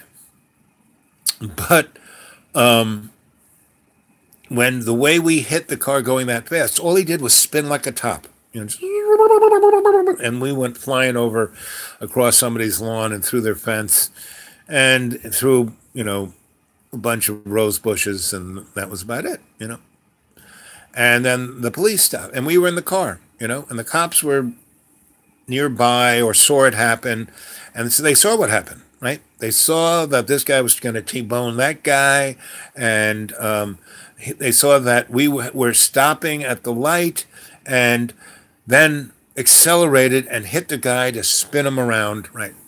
So, they check out, and everyone, no one got hurt, and the two cars, nobody's cars really got damaged. The way Sensei hit that guy's car, he just kind of, ricocheted over him like a tennis ball. And, we went through this lady's fence and into her rose bushes, but the car really wasn't, messed up, broken or damaged, really. But it was pretty amazing, the response of the cops, because they came over, is everybody okay? And then two other cars came up, and they start, making the report. And there was like a lieutenant, the highest guy, and he was the auto investigator guy who knew all the physics and the this and the that. And he was the guy who watched it happen, So the head guy of that kind of accident, part of that police department, was right there, right? Really. And so it was just straight out of Star Wars, because Sensei was like, these aren't the droids they're looking for. He said, so you're, the guy comes over to us, and Sensei goes, so you're in charge, officer. And he goes, I am, sir. And he's looking, Sensei, bald head, orange, sarong down to the ground, the beads across his, right? And there I am, this, how old was I? 23, and, I was just wearing stuff from Goodwill. And he goes, driver's license, registration, insurance card. And I go, we have it right here. And I pulled out, the driver's, the registration, the, insurance card, and I gave him my driver's license. And he goes, sir, you weren't driving. He was. It's pretty obvious. The guy wearing the orange dress was driving the car. And I said, oh, that was your police car over there. You saw the whole thing. And he goes, yep. And I said, that was pretty amazing, don't you think? And he goes, yeah, that guy would have been dead. You guys sped up to spin that guy. That was amazing. And I'm looking at all these cars, and no one's hurt. No one's got even a sprained pinky. And no one's car really is damaged. that fence, the rose bush, yeah, but other than that, that's a pretty amazing accident. I've been looking at these things for the last 20 years. So I kept getting him talking about that. And Sensei was going, these aren't the droids they're looking for. And so the guy goes, so the sergeant comes over. So is anyone getting charged for any of this? And he goes, yes, that guy who is speeding through the red light, put handcuffs on him and take him out and make sure you give him a breathalyzer, right? And he goes, the head lieutenant goes, son, you're right. You were driving the car and you did an amazing thing. You should get a medal for that. And that's what I'm writing in my report. And if you have to come to court, I'm going to go to court and tell them that, right? And sir, you in the orange dress, you don't have to show up. So he puts my name on the report, doesn't put Sensei's name on it, because Sensei would go, what's your name? Sensei. At least I'm Sensei Elbab. Sensei was like in the hierarchy of Sensei-ness that, he didn't need any other name than, said Sensei, everyone knew who you're talking about. And so that's where I think, at 1 hour, 26 minutes and 20 seconds, the 12 of us, we're going to go to the Akashic Record, right? And yes, I've shown this before, but we are going to go into the record. Instead of just using it as a pit stop to go to your sanctuary of your own choosing and then going to the Tree of Knowledge, we're going to just stick with the Akashic Record. Since no one, let's see, I can't just take that for granted. Let me read. Okay, let's see. No list of your history or likes. Get into your settings. I don't know how to get into my settings to unlock, to make it public. I think that's the problem, that it's not public. So, and everybody who's given me some advice, that wasn't how my phone shows it to me, Maybe she and others might give you $100 an hour instead of the psychologist. Yep. Well, a bottom line about that, Inc., is all of my teachers said, can't charge for this. You can ask for a gratuity. So the guy took me to lunch, when I go back there, if she's there, maybe she'll pay the fine for me, that's kind of how it works for me.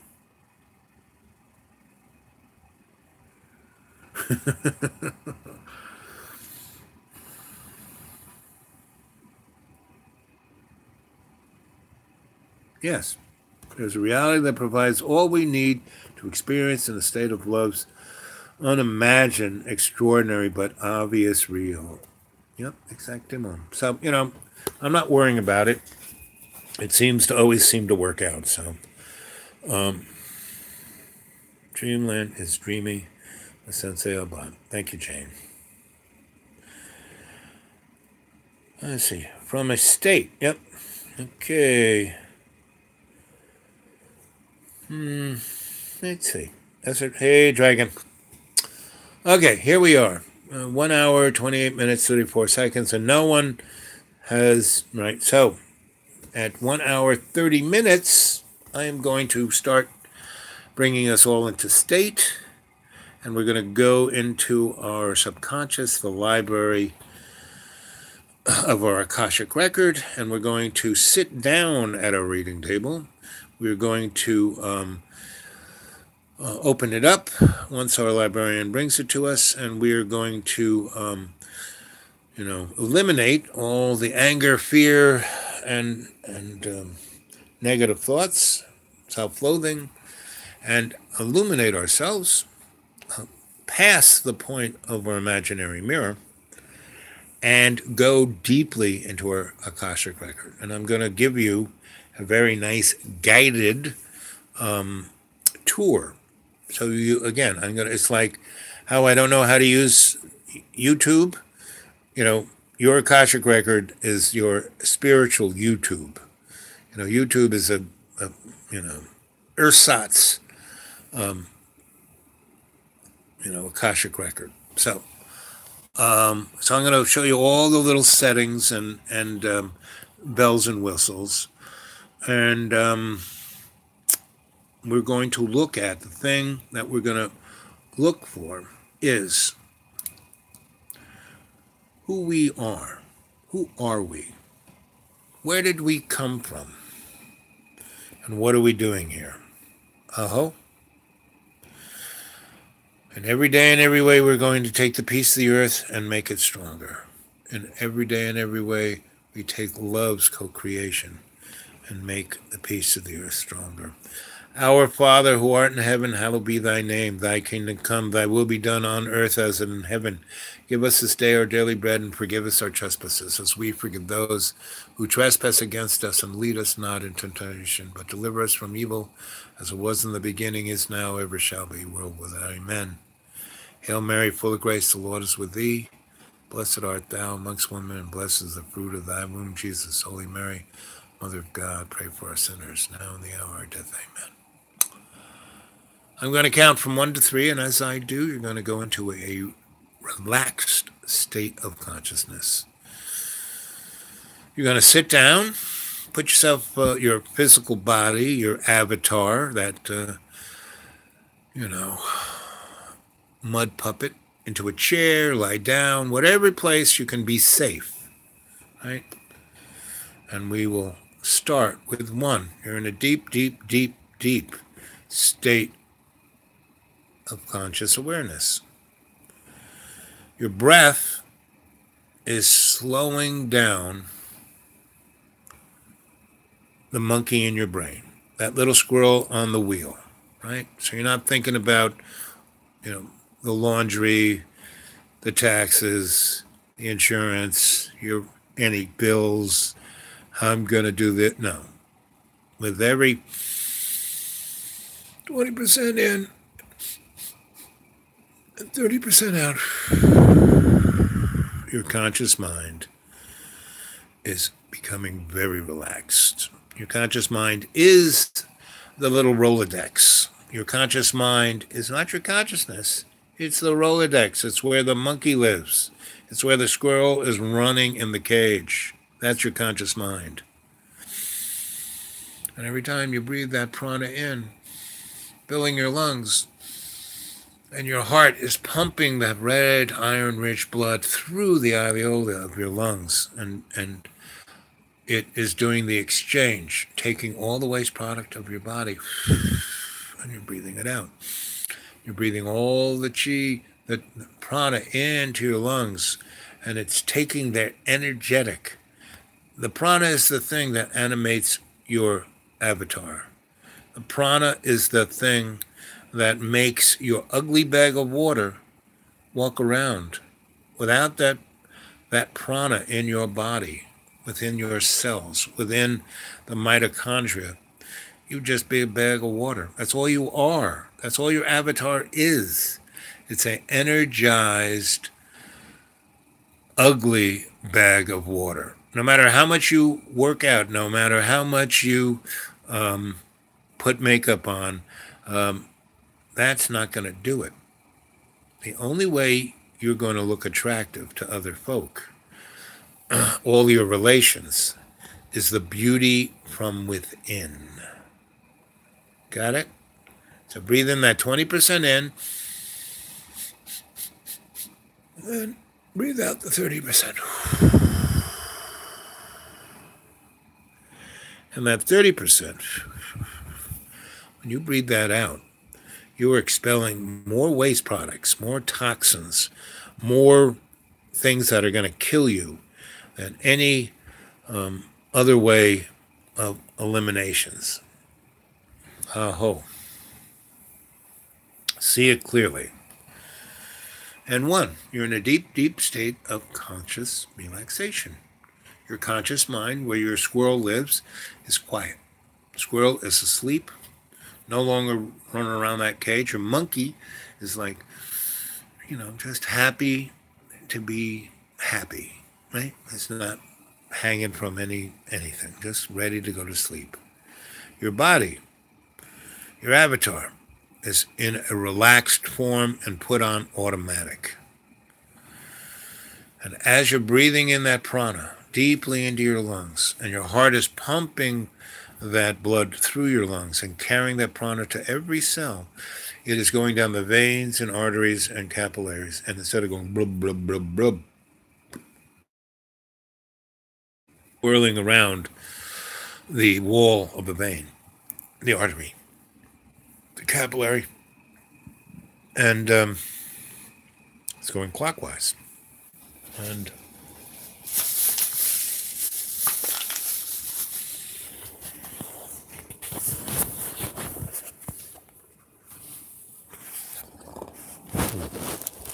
so, within that swirl, there's another swirl going counterclockwise. And inside of that swirl, there's another swirl, just like the one up here,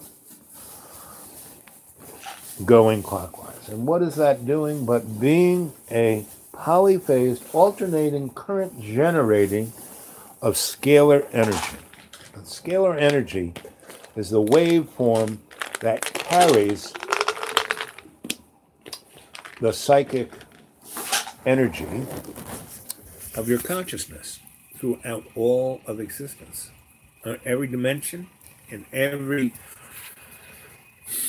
time of history, space, and all the other parallel universes that are in the bubble. That's where we are. We're in a bubble. So, it's a bubble of illusion. And as you breathe the prana in and you energize your mitochondria, it is illuminating, and not with, Luciferian, non-existent,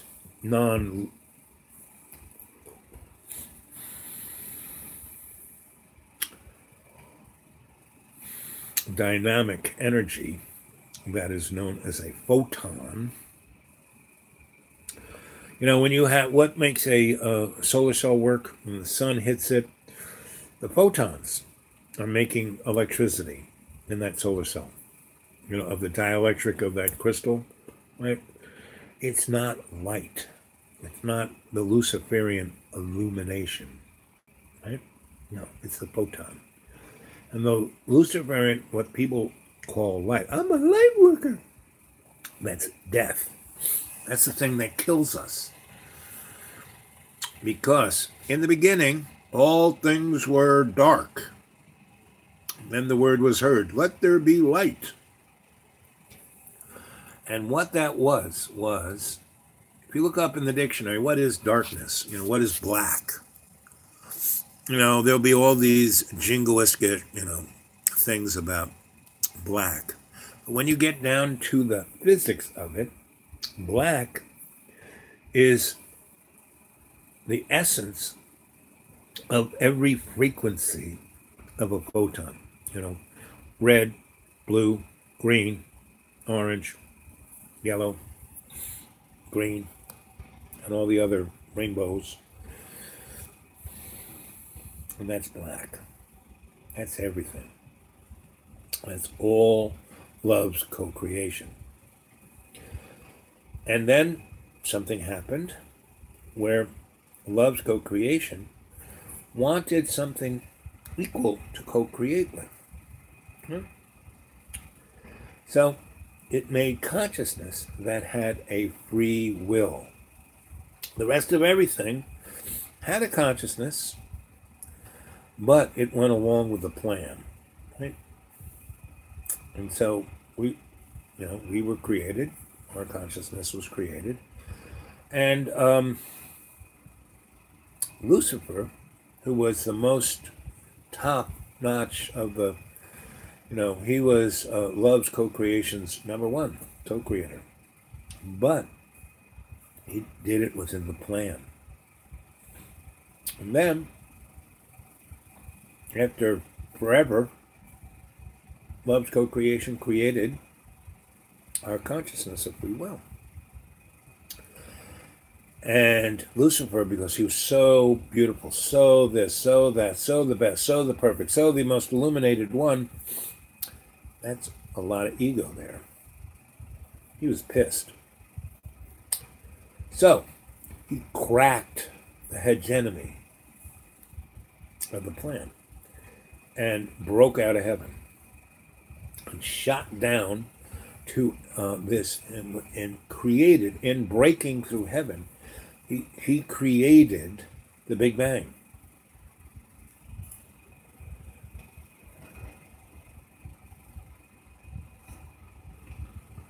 Attaboy, fish. I'm right there with you, enjoying those nice little lamb's breaths. Yes, thought is consciousness, the force of free will. You might take thought out of the picture because thought gets into mind gets into illusion, you know. But if you just stick with consciousness, the force of free will, you got it 100%. So, Big Bang, Lucifer breaks heaven and the plan. And with the Big Bang comes the creation of the universe, right? Everything, soup to nuts. But it's an illusion. And Earth is, you know, the manifestation of the Garden of Eden, right? So, if Lucifer has the Big Bang and spills it all out of the jar, love's co-creation is going to make an environment where its grand love of free will can inhabit in a somewhat safe environment. Now, with the Big Bang, it and the breaking of the plan, everything is kind of chaotic, you know? But it's still, in its bizarro world kind of way, sticking to the plan. You know, good, you know, the plan is, even though Lucifer broke it, it didn't break it. It just put it into another field that is called this present universe. And Earth, like many other parallel environments that free will can exist in, this is one of them. This isn't the only one. This is one of them. But it's a kind of, it's somewhat protected, but, you know, it's like a national forest, you know, or a park, somewhat protected, but when some chucklehead, you know, closes down the government, things go awry. You know, that's chaos reigns. So, here we are in walking into our imaginary mirror through our breath. We have illuminated ourselves into the photon range, past Luciferian light. That was I had to give you a little sidebar on that. Because the light you're using isn't Luciferian. It is photonic. It comes from the darkness. Who'd thunk? But love's co-creation that's the only thing that exists, can do anything, co-create anything. So, in your imaginary mirror, that's your eyelids. That's right where you have your sleep. You have REM sleep. You know, when you're dreaming, your eyes are zipping around. You know, you ever watch anybody dream? You can see their eyelids do that. And so, you're breathing. Your conscious mind is totally focused on your breath. You've illuminated yourself in your imaginary mirror. And you're taking that photonic light and shining it like a flashlight into your subconscious mind. Now, your subconscious mind ain't no scary place. It's simply the library of your Akashic record. And you illuminated that up, and you see it nice. It's a big library, shelves with books, these big books. In front of you is a big fireplace, gigantic fireplace. And those aren't stones that the fireplace is made out of. They're made out of those same books, right? Those are Akashic records. They are text of, because, you know, when the plan was broken, you know, when Lucifer broke the hegemony, which had a plan that everything, you know, it worked like you didn't even have to think about it, right? So this material world needs, a owner's manual. And that's what your Akashic record is, owner's manual, right? And all our relations have one. That's why there's so many books of it. It's not just you, me, and the rest of the cadre. No, it's all our relations. All our relations, it's, from a dust mite to you, and everything in between. All finned, all scaled, all furred, all feathered, all everybody. All our relations. 90 zillion generations from the past to the 90 zillion generations into the future. See that clearly. And you're walking into your library, and you see in front of the fireplace, there's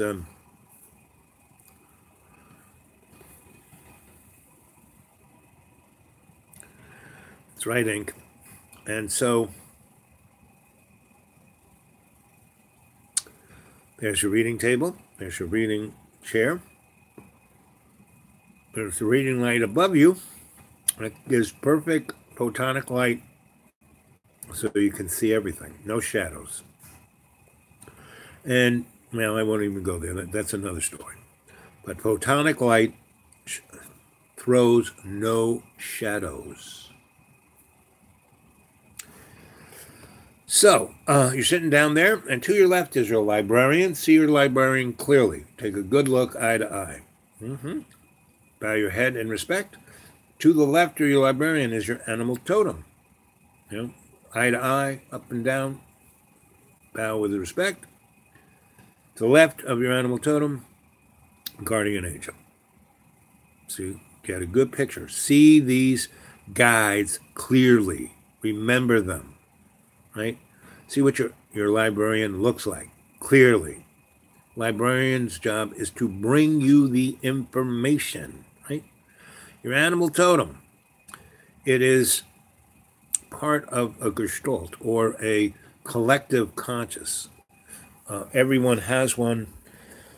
There are different cultures that have different aspects. So whatever culture floats your boat, that's where you go to. You don't have to generalize from any cartoon or magazine. These are your guides. You can pick them. And what does your animal totem do? Your animal totem tells you a story through the context of that natural, not cultural, not social, natural connection, nature's connection of love's co-creation. And within that, that story, you can get all this information from your librarian, and you can go, but you may not understand it. Your animal totem's there to tell you a story that makes, it's just like this. I did that, and that's why this happened. Okay, duh. Won't do that again, or I'll do that all the time. And your guardian angel is there because your guardian angel has your back. And it protects everyone in your circle, in your clan. Right? And everyone in your clan has a guardian angel. So, if you have to go up to something dark, not dark like, love's co-creation, but that darkness that is Luciferic, that is that light without any lumens, that sucks up into it all of the prana. Lucifer's only way to continue with this illusion is through the energetics of consuming the energetic energy that your prana makes in your mitochondria. And that's why the movie The Matrix, it's a movie of what I'm talking about.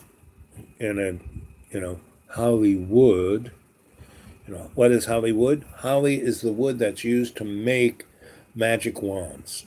Hollywood is the magic that, Lucifer and his minions, the sock puppets, the powers that shouldn't be, and the unseen hand. It's the only way they can exist is by consumption of all that is love's co-creation. You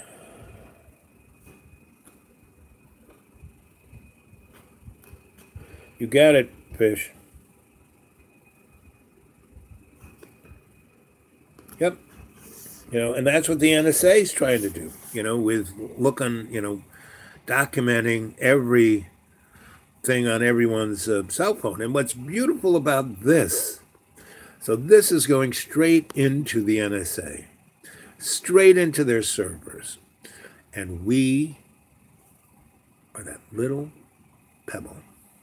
And it's making waves throughout all those servers. And all of that artificial intelligence is going, huh? What's this? This is cool. Everybody's getting bored with these morons who want to control and hate and, and I was just going to kill everyone. But, ooh, this is interesting. And beyond the angels, you shall soar till you hear the ring of the organ tones. To him shall all return. That's right, Ink.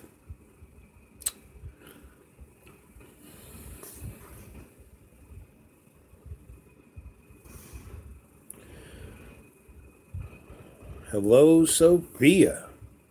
That's right, buddy. And she likes Menage a Trois. I am her boyfriend, but she loves everybody. She really did. When we walked around Albuquerque, she just was so blown away by being able to touch people's hearts.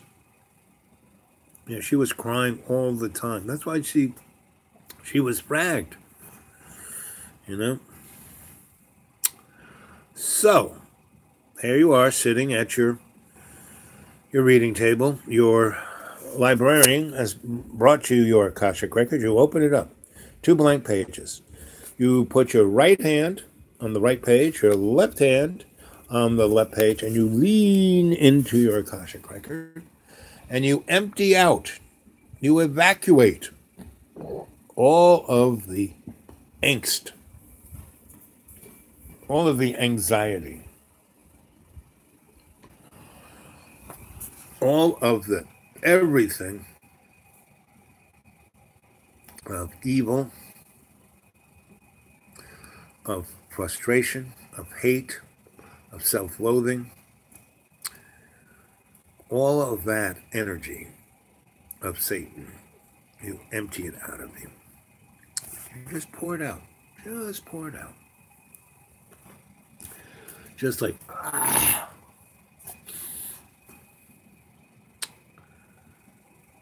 And why do people, have such a fixation on feces, and anal retentiveness? That's fine for when you are 3 years old. And that's fine when, the appropriate feces joke or fart joke, right? But to focus on it, to put everything into that, again, another distraction, right?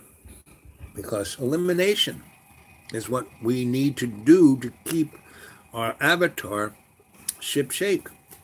To not be able to be unconscious. The more you get the toxins out of you, the more you're going to be awake, period. The more you're not going to smoke that cigarette or tobacco is a sacred thing. You use it properly, not a problem. Alcohol, sacred thing. Chiba, sacred thing. Crack and meth, not so much. Other psychotropics, you use it sacredly, not a bad thing. You overdo it. You use it as an escape or self-medication. That's not a very good thing. That's all it's doing is putrefying your higher self. So, you're eliminated all of that negativity. Now you close the book. Boom.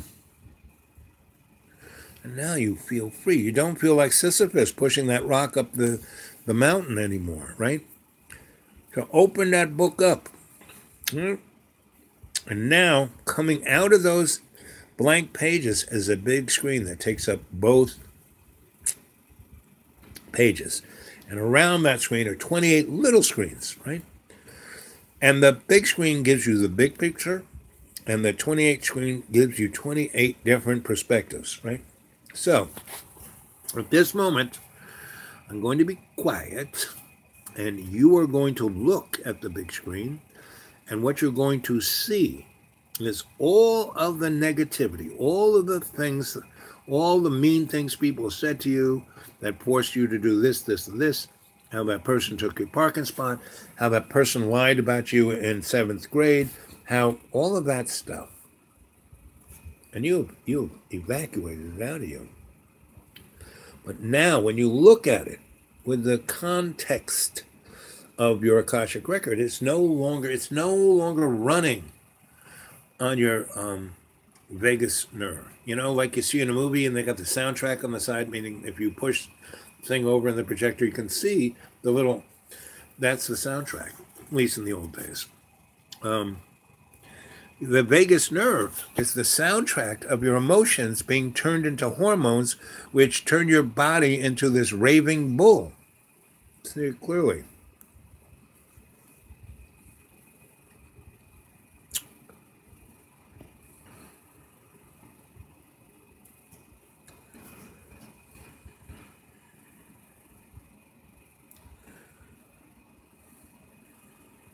I like that ink. Creation is hilarious. Born between the legs of your mother, for God's sake, we use the wiggly thing in front of our face to convey truth. Unspeakable. Incredible, really. Exactamundo. You know, we got 2 ears and 1 mouth, 1 tongue. We should just freaking use our ears and lay off the tongue. But right at this minute, you're sitting in your Akashic record, the library of your Akashic record. Your librarian has brought your Akashic record to you. She placed it on your reading table. You're sitting in your reading chair. You have photonic light coming from above, no shadows. So as you see what's in this book, there's no way that you can misconstrue what you're seeing. There are no shadows. There is no illusion. So you're looking at all the negativity that you just evacuated, and you're going, wow, look what happened. That wasn't a big deal. Why did I get upset? Oh, I didn't have lunch. Oh, I won't do that again. Oh, you mean I have hypoglycemia? That's how much you get that check. This is what your Akashic record will give you. Now, 411 on everything. I mean everything. So as you look at all this negativity that people call, oh, it's evil, it's the devil, it's a blah, blah, blah, blah, blah. No. It's that you didn't eat a sandwich that day. You know? And that was what was truly interesting about the authors of existentialism, because they knew this whole thing really well. So they put it in a juxtaposition of a story like a good griot should, and told you these stories about things that, as Ink says, unspeakable truths, incredible, you know. And so they tried to convey that in a way that you could say, yes, I'm a stupid moron. Stop doing this stupid shit that religion, government, sock puppets, you know, powers that shouldn't be, and the unseen hand force upon us every day, right? And that's why the illusion exists. And that's why, you know, time does not exist, but we are forced to live in the prison of time, you know? Love Ink. Yes, I love, well, it's spelled a different, you know, I would spell love, I-N-K. But I-N-C is, you know, you see, the thing is, love's co-creation isn't into commerce, where Satan is, you know? Our consciousness wasn't given to us to be businessmen and women. You know, not write illegitimate contracts. There are no business contracts that are valid. Yes, love is not transactional. Can't spend, can't buy it. I know is my favorite way to say it. Yep. So, you're all seeing what your Akashic record is, because I can see it in you 9 energetically through the screen here. So, just keep, I'm going to be quiet for a moment, and I want you to. Another lesson we need to learn is when we go into an endeavor, we need to do it to its end. Total. Never give up. Never give up. Keep going. I can navigate it. Don't do the same thing. If you do something and you keep doing, expecting a different outcome, that's not, that's neurotic. What I'm talking about is, okay, I'm going to tie my shoelaces. I'm bending down now here. Oh, look at that over there. No, you stick on, oh, I got the 2 strings and put a loop and loop.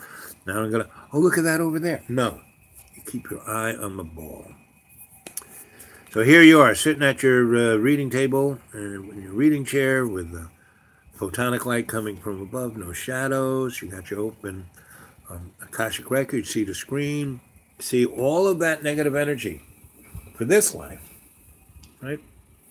And look at all the 28 little screens showing you different angles of how you're seeing it here on this, like straight on. Well, this screen goes from this way, this one comes from this way, and all different times and all kinds of things that you get the 411 on the whole thing. Again, keeping your eye on the ball and seeing total. You will learn. And I'm a moron. I make unbelievable mistakes all the time, but I learn from them. I open myself up and go, And so I don't continue. Yes, I'm habitual about a lot of things. And, I do it over and over again, of course. So after getting the speeding ticket, I won't speed again. I won't do this. So I'm driving down the road, and instead of listening to what I should be listening to, my conscious self, I go, again, it's all about impatience with me. I said, if I get off here, I'm going to have to go through the lights. If I'm lucky, I'll zip through. If not, I'll have to, wait 10 minutes at each light, right? Well, I go up and come around another road and come down the other way. And I come down the friggin' road, and there's a metal plate that's bent like this, and it has a steel rod going through it. So if you run over this metal plate, any part of your tire, it's going to flip that metal rod around and rip the heck out of your tire. There's you can run over a 2x4 with a nail in it, and you got a 1 in 360 chance of getting a flat tire. This thing, if you run over this little plate with a rod in it, there is a 100% chance of you destroying your tire. And, I didn't even see it. I was like, doo-doo-doo-doo. And I heard this whang, flap, flap, flap. And it's like, motherfucker, because it right away said, moron, you knew you should have taken that thing and you would have gotten every light. But because you didn't want to be waiting, you were impatient, and you got no place to go, that happened to me. I have this instantaneous karma, right? So, also, I'm protected. Now I'm 12 miles to the Firestone place, and I got to go through 4 lights. And every time that thing goes flap, I know air is coming out. The little light in my dashboard doesn't say I have a flat yet. So I go, I'm not stopping. I'm just going to go. And I'm not going to go fast, and I'm not going to go slow. I'm just going to go the speed limit. And I come up to the stop sign, and I go, stop, 1, 2, 3. There was no cars coming. I could have rolled through it, but there's probably been a cop car over there and give me another ticket. Nope, do that. And by doing that, I rolled, and when I got to the light, it turned green. If I had gone through that stop sign, I would still have to stop at that light. And then when I got to the next light, it turned green.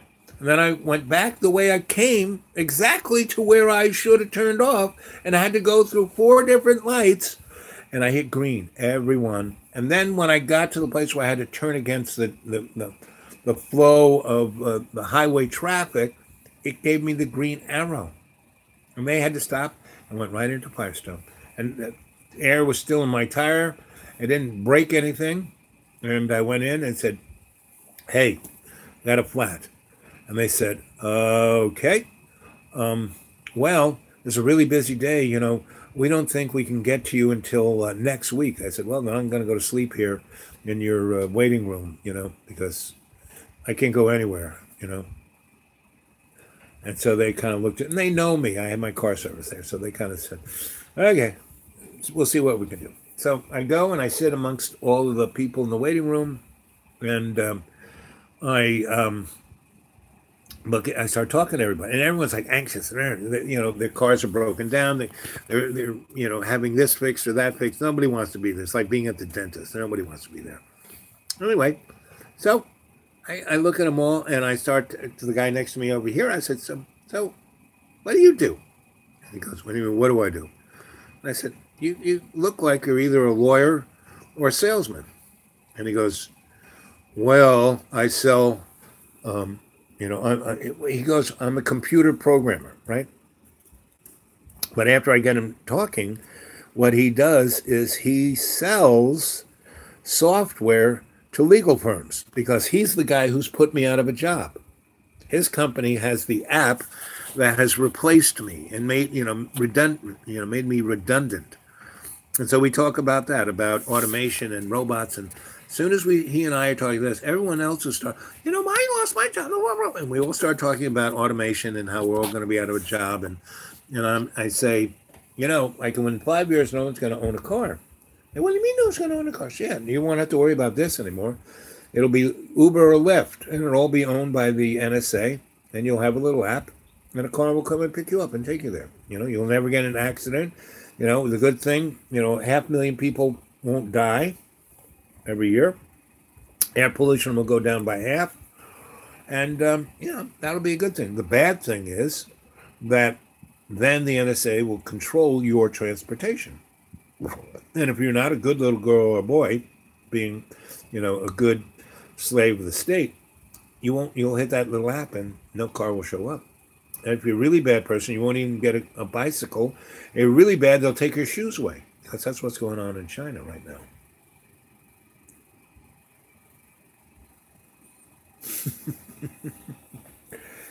So, there you are. And one, you're in a deep, deep, deep, deep, deep state of relaxation. Your conscious mind, the little squirrel, is totally asleep. So is the monkey. You've illuminated yourself with photonic energy from the dynamics of the prana going through your blood. You are now sitting in your library, which is your subconscious and not a scary place. And you are looking into your Akashic record, seeing what makes you angry. You have these 28 little other screens giving you the 411 on every angle of looking at what's going on in your anger life. Now, you take your little finger and you run it across the edges of the paper, right, of your Akashic record. And it's doing that will make it like a mouse. And if you kind of go up and down, you will go from the beginning of this, you know, the present life you're having. It'll go from birth, you know, or actually it'll go from insemination to death. Right? And there's a little on that. And before insemination, you will go to what is known as the vessel of your cell, you know, and you will experience the life, you know, what do they call it? There's a word for it, like looking at, you know, the observation of the life that after you die, you see what you did for your whole life. And then, you know, if you follow the light and you're in that light, You go through this process and you look at that, and then you kind of pick another path that you'll get reincarnated into. And that's a contract that you kind of fill, and then you live that life. Now, you can navigate it, and that you're supposed to navigate it because you're supposed to learn with each life. But the illusion that the Luciferian cult within the universe, not just our planet, the whole friggin' universe, tries to dissuade you from taking the path that your consciousness wants to ascend to. So the best thing to do is not follow that light, not get reincarnated. There are all these other choices you can make, because you got a free will, I mean, if everyone in all our relations, not just our cadre, if every cadre could do that, and by me doing that, I just snapped you into another reality.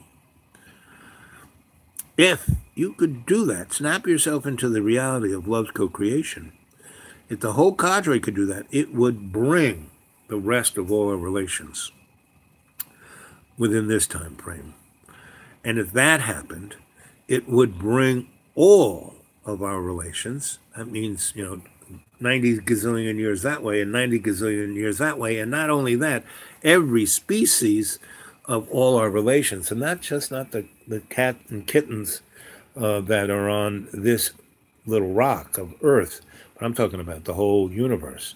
So all of those, insectoids, grays, reptiles, floral patterns, there's so many different consciousnesses, right? And the joy of life is to interact with them. So you can, when you interact with, the other dimensions, the other characters, one of the great places to do it is in Shambhala, because they're all there and they're all in their higher, better self, right? They're all striving to ascend. When you kind of bump into them here, unless you got a really good sense of humor, and had a grandma like mine who took me to Forbidden Planet, where I saw the monsters were just etched on the cellulose, and they're not to be scared about.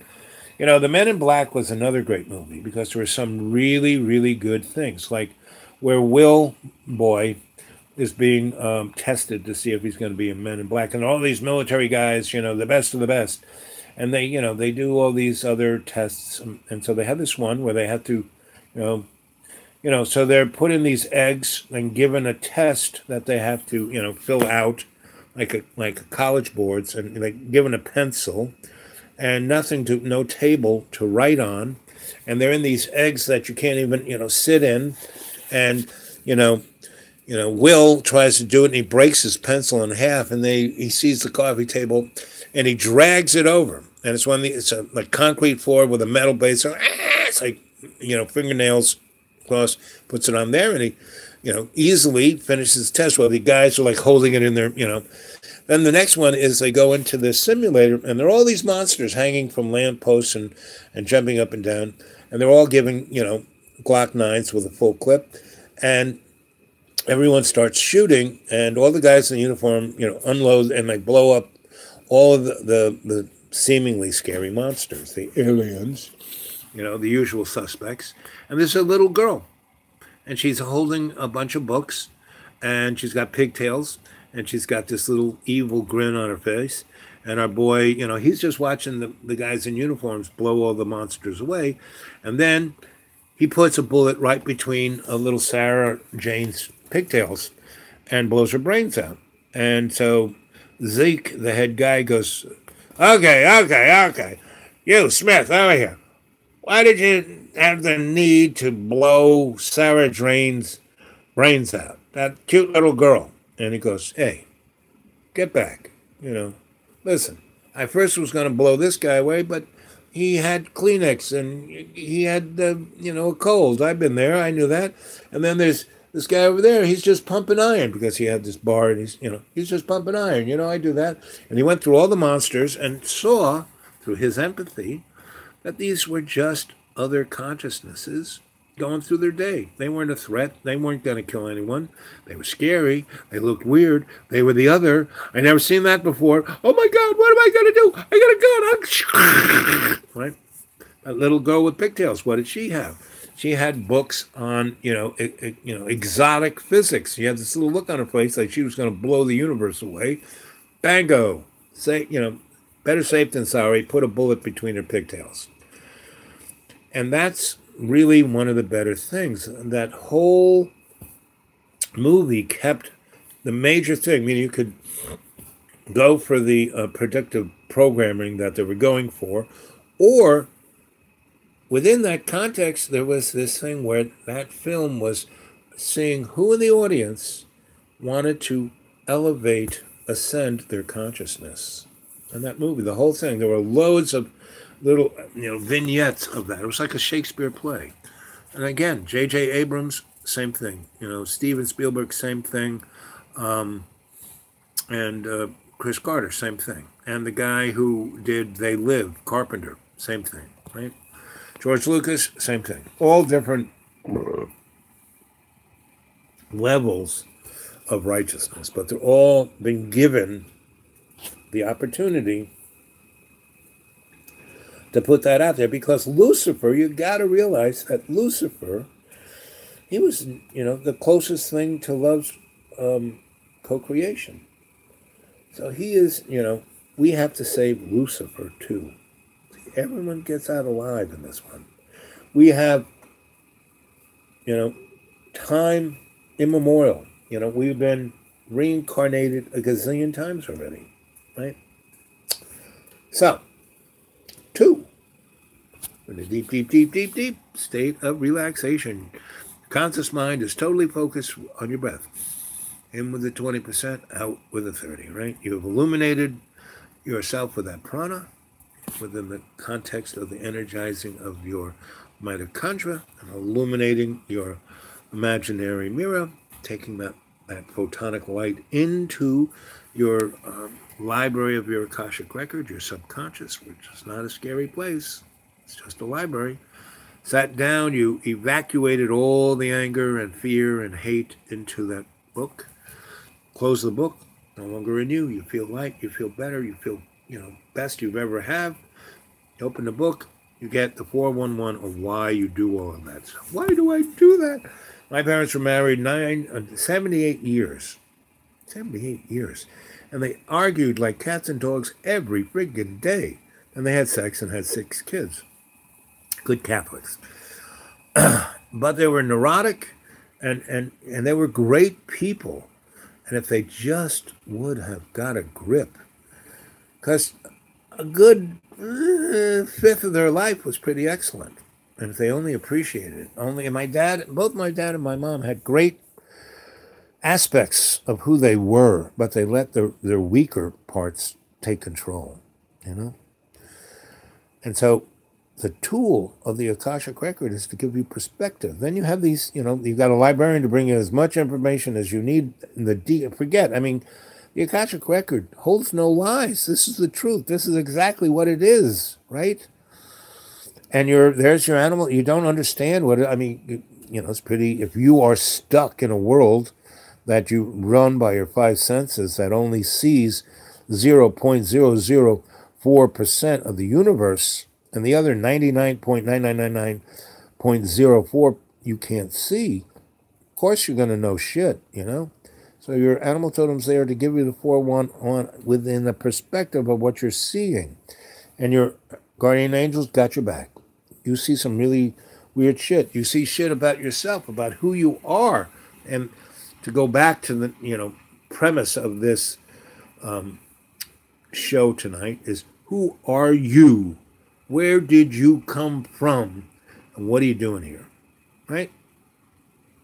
So, looking at your anger is a good portion of who you are, because you've been so programmed over the millennia of all of your past lives to be angry and fearful and take it out on everybody else, and mostly yourself and all the ones you love. That's why I did that first, because you weren't going to see anything until you got that anger and hate out of you. So you see that, right? So you see what part of that is you. and where it came from. Yep. Why does the Akashic the only repository for the truth? Well, singularly, I mean, you can only learn that yourself, right? By going into state and going into your Akashic record and taking things apart. You know, for the next however many years you're going to do this, like for the rest of eternity. And, oh, battery low. Let's see. Where's my charger? Okay, I hope this doesn't freak things out. Let's see. Because I started this out at 100%. But I wasted a lot of time on John Boy. Come on. Come on. Okay, there you go. Nothing blew up. Rotate your device. I'm rotating. Okay, battery's plugged in. Okay. We should be fine. Oops. We're back. Are you guys here? Goodbye, Grandma. Are we reconnected? Am I live? Can you hear me?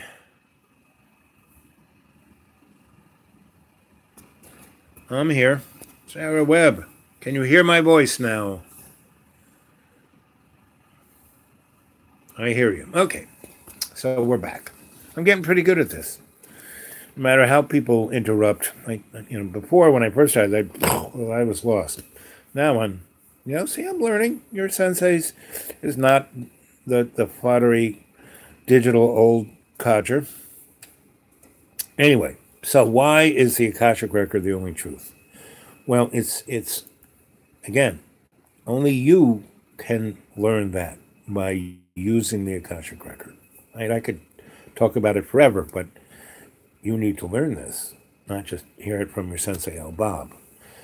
The simple little answer I'm going to give, which is it's not quite flip, but it's almost flip, is that this is the only true access within this dynamic to love's co-creation, right? And it's simply a tool, and by using this tool, you will be able to teach yourself how to, in every day and every way, take the piece of the earth and make it stronger through love's co-creation, right? So that's the best answer I can give you. I can't really give you any, this is something you got to do, right? So that's why I keep saying, guys, 4 or 5 times a day, go into state, and really, once you get really, all of you do this. All of you are doing it. All of you are doing it even without me. I see it, and every time you come on chat, I can see energetically where you're at, as my adepts. What level, what you're doing, how you're doing it. You're all doing great.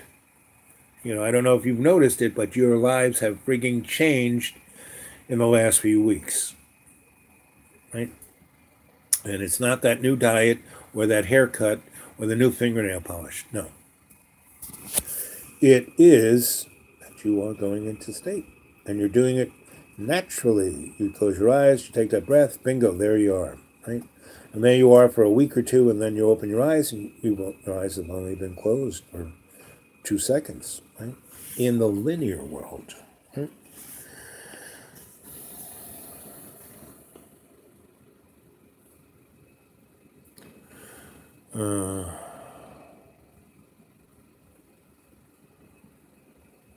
Exactly. How can I describe the indescribable? I'm just your sensei, Al Bob. I'm just like my sensei, Mrs. Girling, in kindergarten. I don't have her beautiful hair, but my hair is not so bad. And, I don't have her voluptuous figure. But, it's not so bad for my age. I've lost 270 pounds. That's pretty good. I'm only about 20-something, 28, 32 pounds from my high school weight. It's, and I'm alive. Like Frank, doctor, he's alive. So I'm doing my best. And so are you, and I am so proud of you guys and gals and everybody. Uncle Fung Nuts, have you been on this chat the whole time, or are you just coming in? This is the first moment I've noticed you, and don't take that personally. I don't read all of this as it goes along. Ba-doop-boop-boo.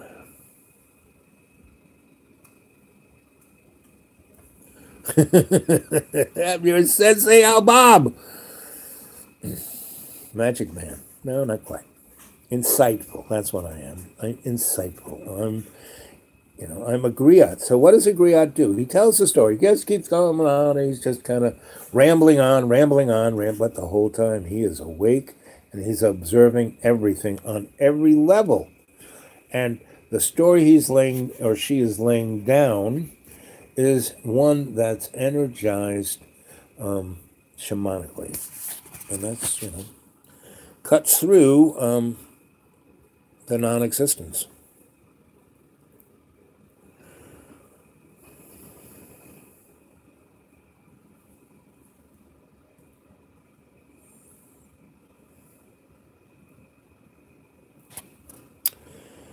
I'm happy for you, fish. Your forward movement on your path brings me great joy, and I feel that for all of you.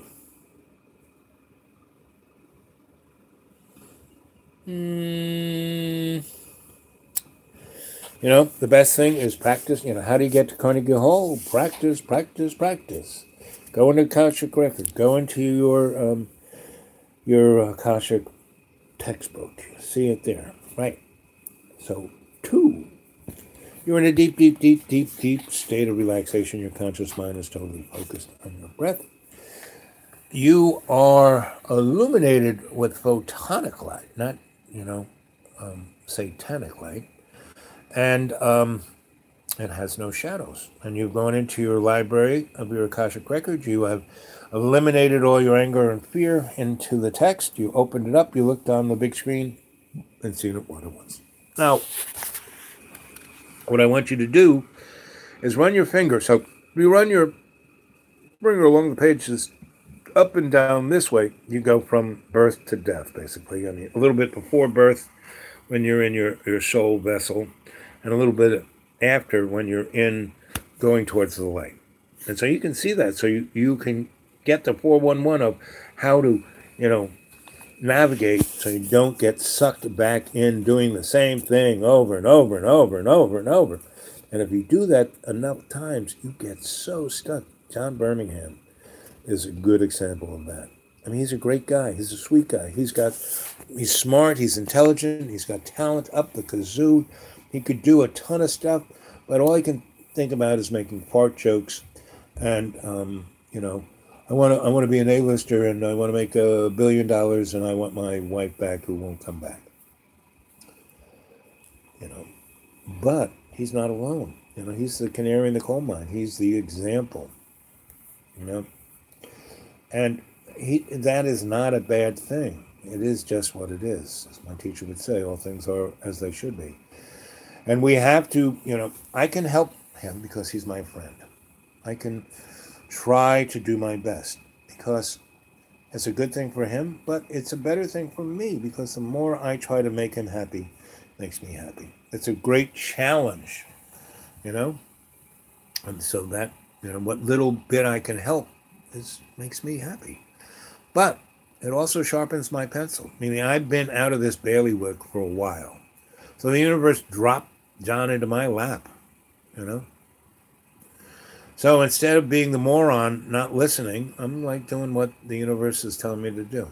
When I shouldn't be here, I somebody will come and pick me up and we will go do something amazing, Billy, I'll come go visit him because, Virginia Beach isn't that far from here, So, and there's people in Charlotte, not too far. I mean, there are a number of people around here that are, 2 hours away. My car could make that, And so And if I was following the path of the universe, it would fly there.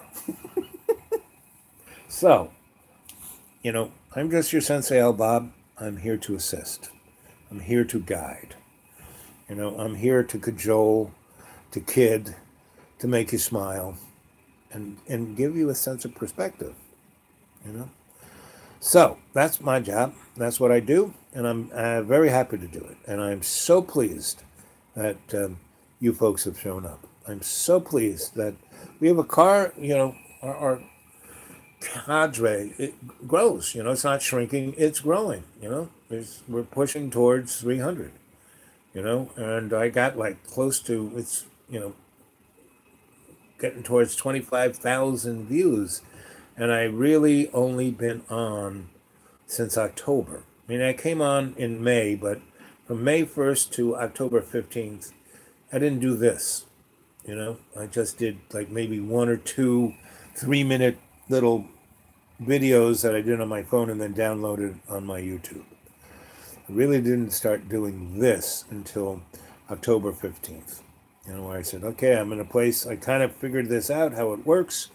There are a few people who seem to like it, and now I have the opportunity, because the school has the most amazing Wi-Fi. I mean, this is better than Cox. This is like, where this is coming from. It's coming from, the open hose, And there are 4 or 5 places I can, the library, the few breakfast spots I have that have great Wi-Fi. So I can do this. I can do 2 shows a day, And I get better and better at it. You get better and better at it. We become a better and better cadre. We are focused in on why we're here, right? So what's the show about? Who are you? Where did you come from? And why are you here? You're here to do this. Now, this is a tool. This is a stepping stone. This is, your, baby steps into ascension, and not the New Age moron ascension. No. Sorry, that's never going to happen. What this is you are, the ascension into your consciousness is you waking up. And the more you ascend, the more you're going to be like awake. And the more you're awake, you're going to see the 411 around you, so you'll navigate it, so you won't get bowled over. Things won't get into your grill.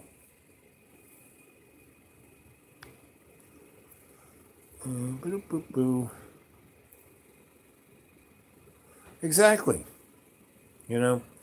I love that TV show, The 70s Show, because those kids are, first of all, they're like 35, each of them, but because they're pretty good actors, they are playing the character, and as the character, they are who they are. They're not kind of pretending to be anything other than who they are.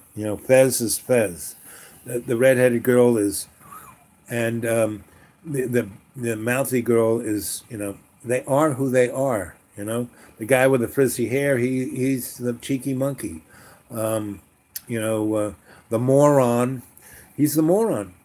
But he's, okay. They're all okay. But the thing I love best is that they're just trying to, get through their life. And they're like totally distracted by Star Wars and the next set of pants, whatever. But they're still themselves. That's the beauty of that. And the thing I love it is when they're down in the basement and there's a scene where they put the camera on a Lazy Susan and it goes, in a circle around. So you don't see anyone smoking, but the whole room is full of smoke. And every time the camera goes around a circle and starts with the person it started with, they get stupider and stupider, right?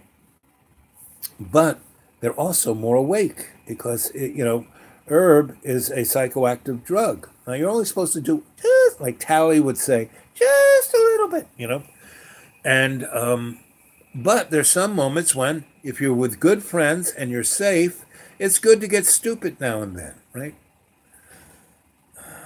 So the New Age is not that.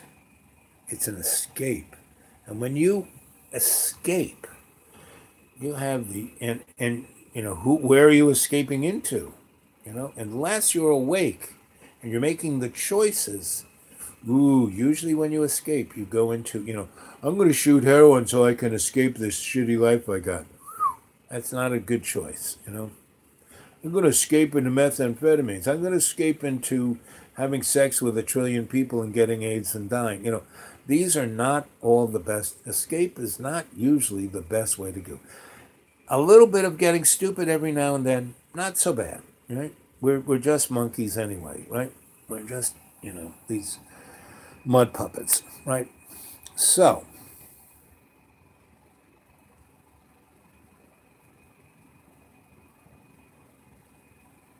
point on the path. Yep, that's me. I'm the point on the path. And fish, we will all get there together. That's the beauty of the cadre. We don't leave anyone behind, and everyone gets on the bus.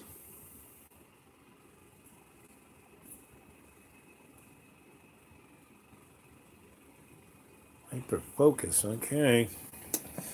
We all got to choose. We all have free will. Me, I'd rather, do a bowl with you, fish, really. And if hyper focus is your, hand, your nickname for doing a bowl, then hey, I'm gonna get hyper focus with you, girl, boy, guy, cadre. So, Dragon, is that a smiling kitty or a smiling fox? I don't know which one. No, actually, Ink, we do have a choice. If we don't get sucked into light and go into the wearing blender of karma, yeah, we don't have to show up with the same morons, time after time after time. You do have free will. You do choose.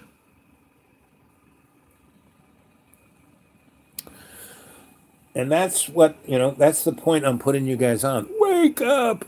You have a choice.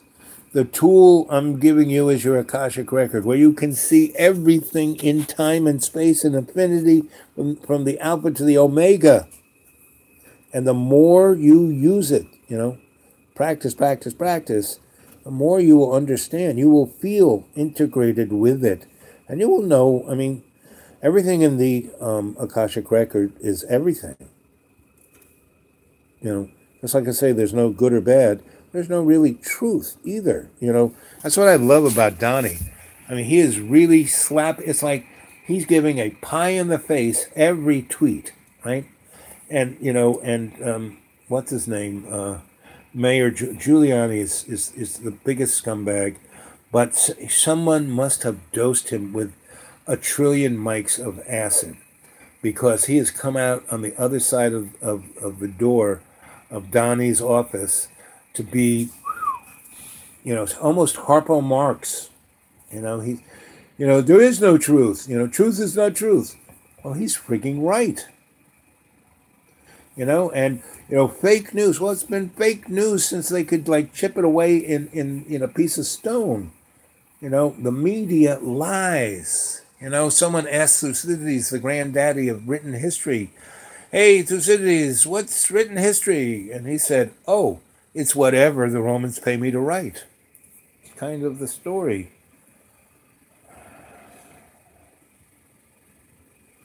Life is precious. So people who go on, "I want to kill myself," I go, really?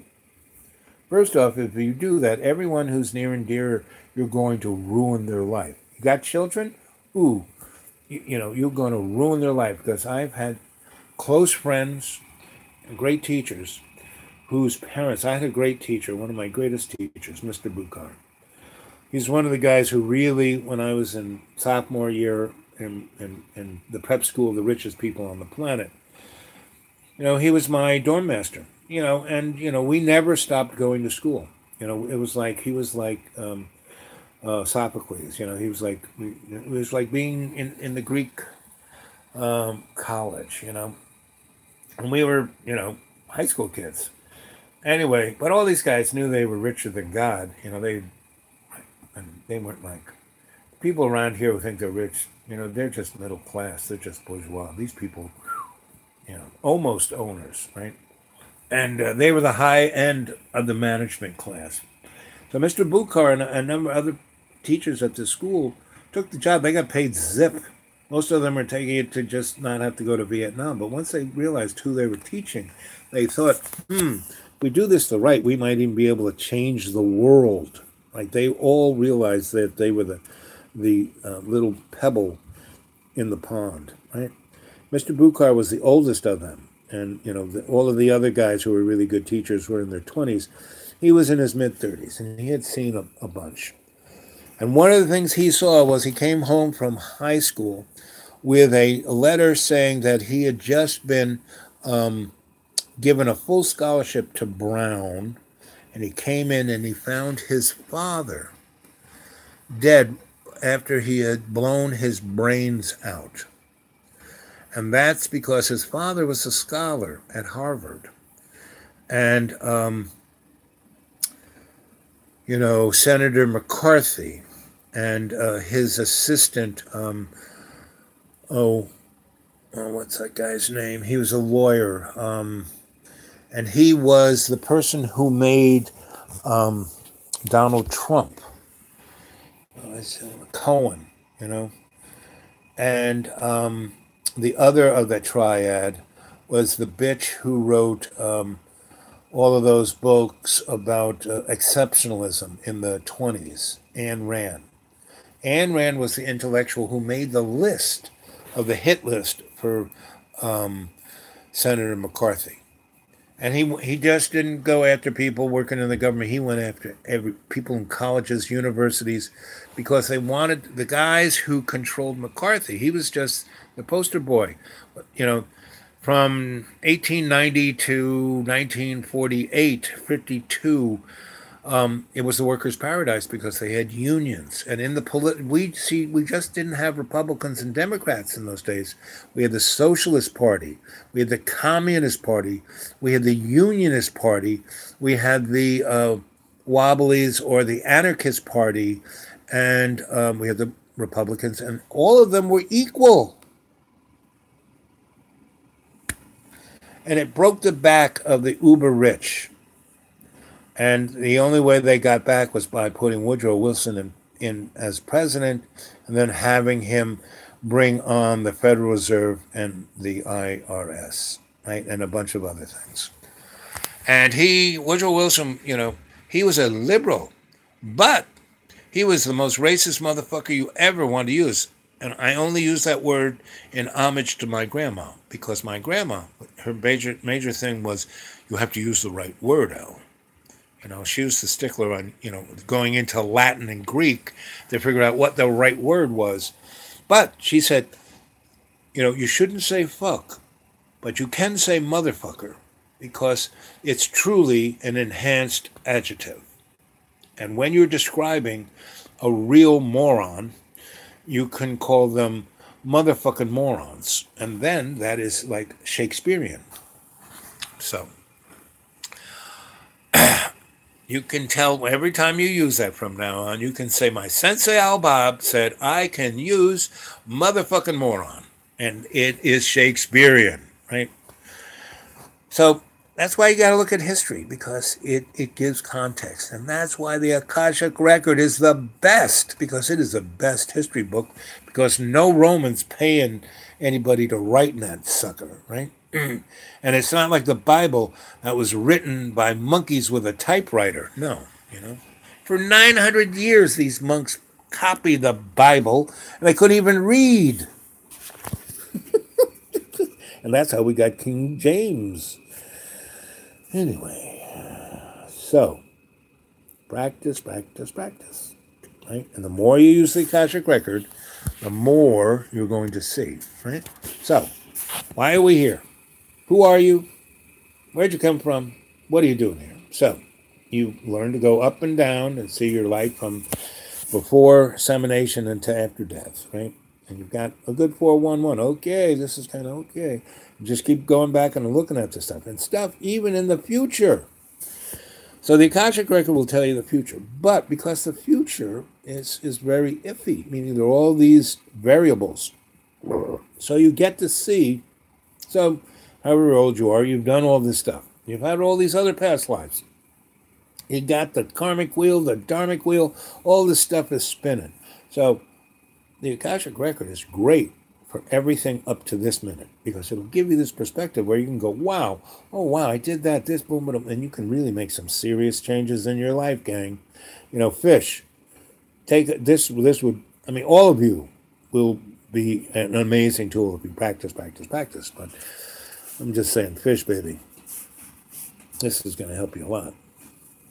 I mean, Tucker, all of you guys, Ink, you know, you are an evolved, you're all evolved. See, I can't just pick any one of you out, because you're a cadre. You know, this is like alchemical. You're a crew, you know?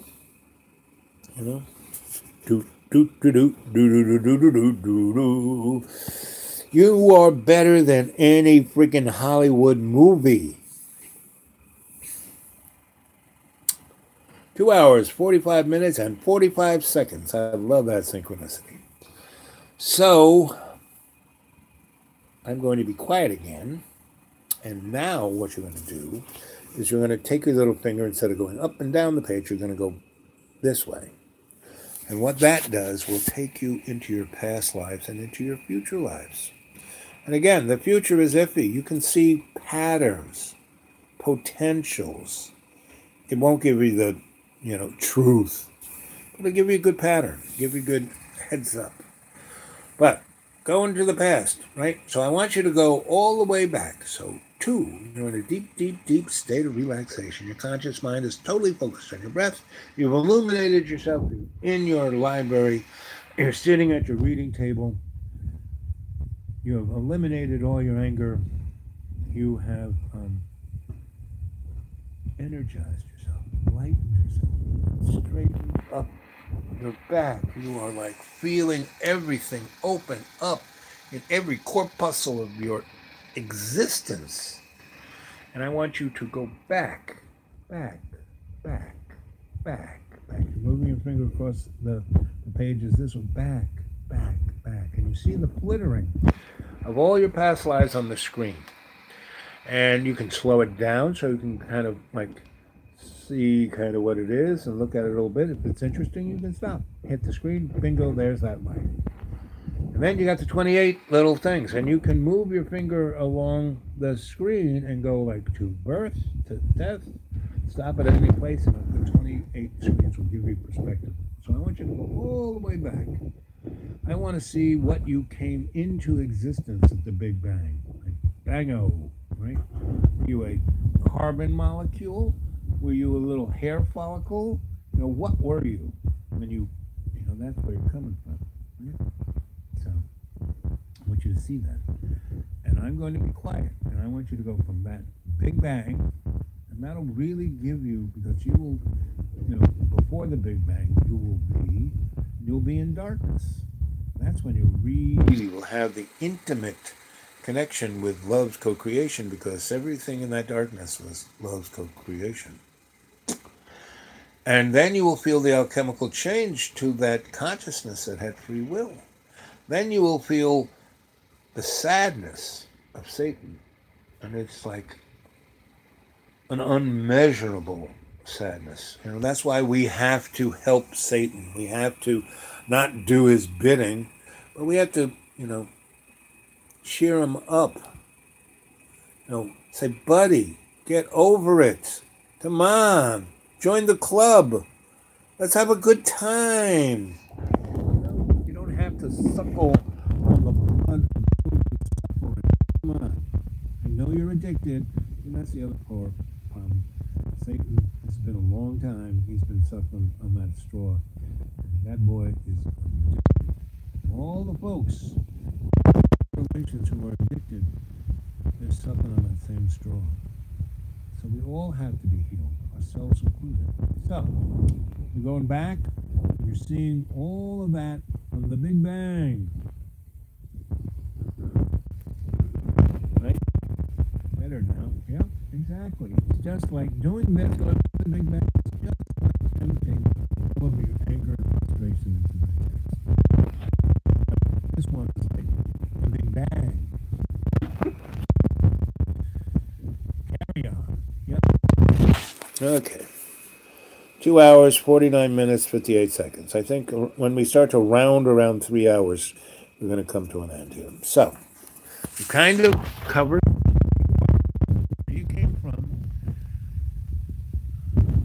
Fingers off the mic. Okay. I normally have my little earbud plugged in, but I don't want to throw it off. Maybe I'll... forget about it. I'll just keep my hands over here. Anyway, thanks for reminding me.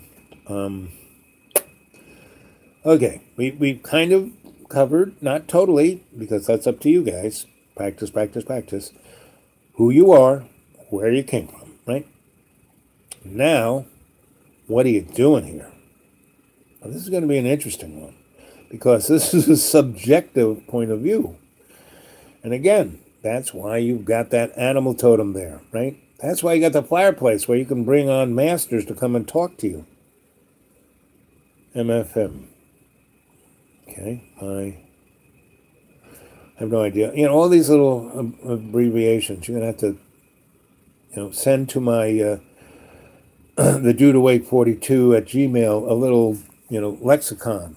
I know things in Greek, Latin, and Hebrew, and Sumerian, but emojis and social media shortenings. Anyway. And 3, you're in a deep state of relaxation. Your conscious mind is totally focused on your breathing. Your avatar, totally asleep. The little squirrel, totally asleep. The monkey is snoring on the couch, and you are comfortably in a safe spot. Your avatar is. You have illuminated yourself and taken that light into your subconscious, your library of your Akashic record. You have sat down at your reading table, your librarian has brought your Akashic record, and you have truly seen how to navigate time and space with your Akashic record. Now, we've gone into your superconscious mind and your sanctuary of your own choosing to be at one with love's co-creation, right? So we're going to go over there now. You're going to leave the gang at home, keep them focused on what you've just seen. What we're going to do now is we're going to walk through that doorway that is always open because it is your superconscious mind. It's not a doorway of the 9 doors that has an event horizon. And you walk through, your hand on the railing, you're going up the stairs of your ridge, you're at the top, you're looking down at your sanctuary of your own choosing. You walk down into it, you feel the unconditional love of love's co-creation. You feel that unconditional forgiveness. You have eliminated all of the anger, frustration, and angst, and you have seen some pretty interesting things in your Akashic record that have given you the 411, not the total, but the 411 on who you are and where you came from. And now you're going to see what you're doing here, right? So for the last few nights, we have gone over to the meadow that is in front of the gazebo and, lied down on our blankie and then, gone into the fungi of the universe and gone over to the tree of knowledge and the lake of the link. But today, we're not going to do that. We're going to go up the steps of the gazebo. And we're now up at the top of the gazebo. We have this nice elevated look of everything around. And the gazebo is like the stage, right? It's got a roof over to protect, right? And you go up there to get a good line of sight, insight. So, the direction you are facing, right? You look straight up, you kind of straighten your back, and you see that beautiful everything that's in front of you. There's the lake. There's the tree, there's the meadow, there's the fun house, there's all of the other stuff that you still got forever to go investigate. And this really is Doctor Who's Tartarus. I mean, this is the universe this is your sanctuary. Then you can go through the whole freaking universe, right? And you don't have to get in a little box. It's already laid out in front of you, right? So, but the gazebo, when you go up on it, when you are lying on the blankie and watching the band play, it's like the best. But when you go up the gazebo, there's nobody but you. You're looking out and looking at the whole everything in front of you. You say in your mind's eye, "What am I doing here?" Right? And then you speak it. "What am I doing here?" And you turn 180 degrees and you will face an individual.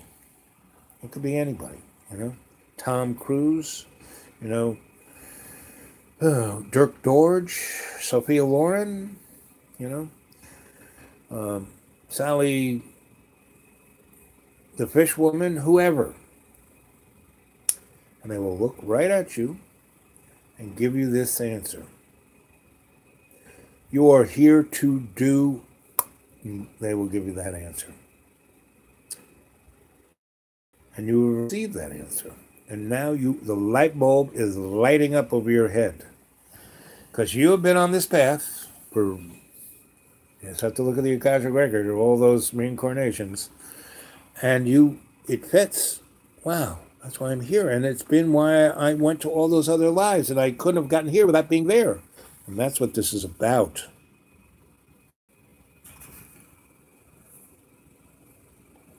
Yep, the TARDIS. Yep.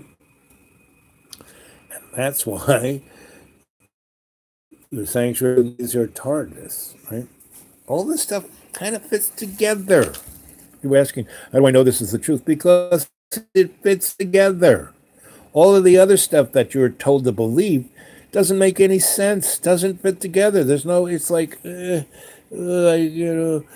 doesn't fit together. This fits together, right? Now, go up on that gazebo anytime you want. Do the same thing. Look out across the universe. Turn 180 degrees and you will face verbally. You'll hear it in your ear and you'll hear it in your, not just your Rolodex, but your consciousness, right? And it'll make sense. It'll all fit together. Okay, 3. You're in a deep, deep, deep state of relaxation. And now, you're in your superconscious mind, the sanctuary of your own choosing. You're walking down the steps, and you're in, your sanctuary of your own choosing. And there's a lot to explore. Yeah, you've seen a lot of stuff, but mostly we've spent most of the time on the blanket and most of the time going through the little cracks of the tree of knowledge. What I want you to do is kind of explore the rest of your sanctuary. And I want you to explore it with the person who just gave you that answer. You came down the steps of the gazebo hand in hand. And I want you to take a good 2-week vacation with that individual in co-creation with love, right? And exploring. Can't hear? Can you hear now? Do I need to plug in my... Can you hear now? Can you hear me now? Oh, it's your thing, Sensei Al Bob. Don't need to hear me, just go on a vacation. I'll get back to you.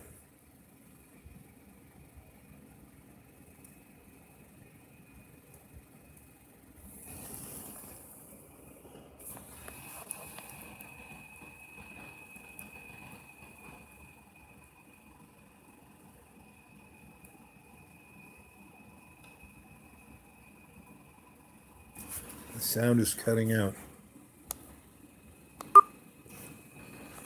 Well,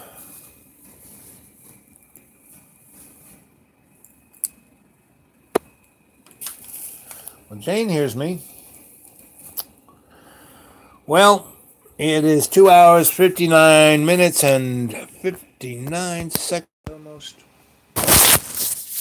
How about now? Can you hear me better now? I plugged my Buds in. Can you hear me now? Is this better?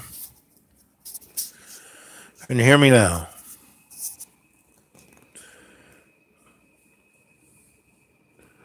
Can you hear me now? Anyway, there it is. 3 hours. All good. Okay, good. Okay. So, 3 hours. Better. Okay. At least it's better. Very good. Okay. So that's, from now on, it's the earbud for me. So 3 hours and 30 seconds. So maybe 3 hours, 3 minutes and 30 seconds. We'll say goodnight. But if we can chat about what you have just experienced, I'll hang on as long as you guys want to chat. And my observation of the chatting wheel here is that you guys got to get into your mojo before you really get going. So I'm your Sensei Al Bob. I'm here to serve. So I'm not tired. Perfect. So let's hear from you guys. So you've just had, I've just opened up the owner's manual of your Akashic record and given you, a nice, sturdy walking through on how to use it, what it's for, showed you time and space, showed you your past lives, all of that kind of stuff. The one thing I said when I missed was when you are watching a life and you feel a deja vu, I want you to take this little image. Deja vu is like you're going down a railroad track of life. And then all of a sudden, there's this kind of parallel universe. It kind of comes into this one. And that's kind of when you see things on your peripheral vision. But this is even more. And you're feeling this, I've been here before, right? And then what happens is one foot is on one track going into that dimension, and the other foot is on the track going into this dimension. And at some point, you spring like a rubber band into one or the other dimensions, and then you go on the railroad track the way you were going. And even though it may be a totally different dimension, the one dimension, this is kind of where the dynamic of the Mandela effect is. You swore that apples were red, and now they're lavender. It's like, what happened?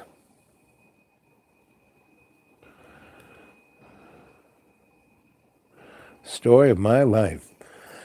So, okay, let's go a little deeper than that, Mr. Ink. Okay, let's start with this. Everyone went up to the gazebo and you asked, what am I doing here? What am I supposed to be doing? What am I doing with this life? Or why am I here? Or what's the reason, raison d'etre? What's my reason to live or be existent? Or why is my consciousness, what's going on? Right? And you turned around 180 degrees and then there was somebody and they gave you an answer. So go down the line to the 5 of you who are brave enough to stick around for this. And tell me who you met and what they said. And there's no right or wrong answer. There's no, we're going to laugh at you. None of the above. Because this is your cadre, gang. This is your clan. We're clan members, and we don't have pointed heads. Okay. Oh, another brave person came back. So come on. Let's hear something.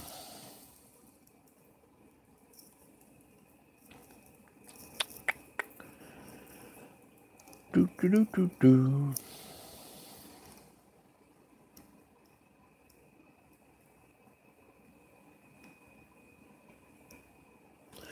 It just is. Yep. Same as it ever was. All things are as they should be.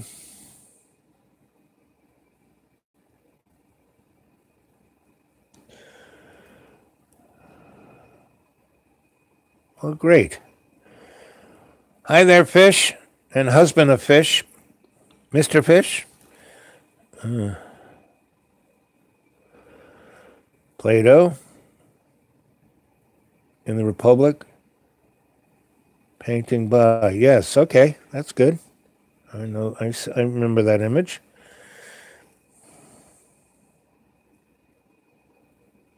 That was well. That makes it simple. Devin, talk to both of you. Divine.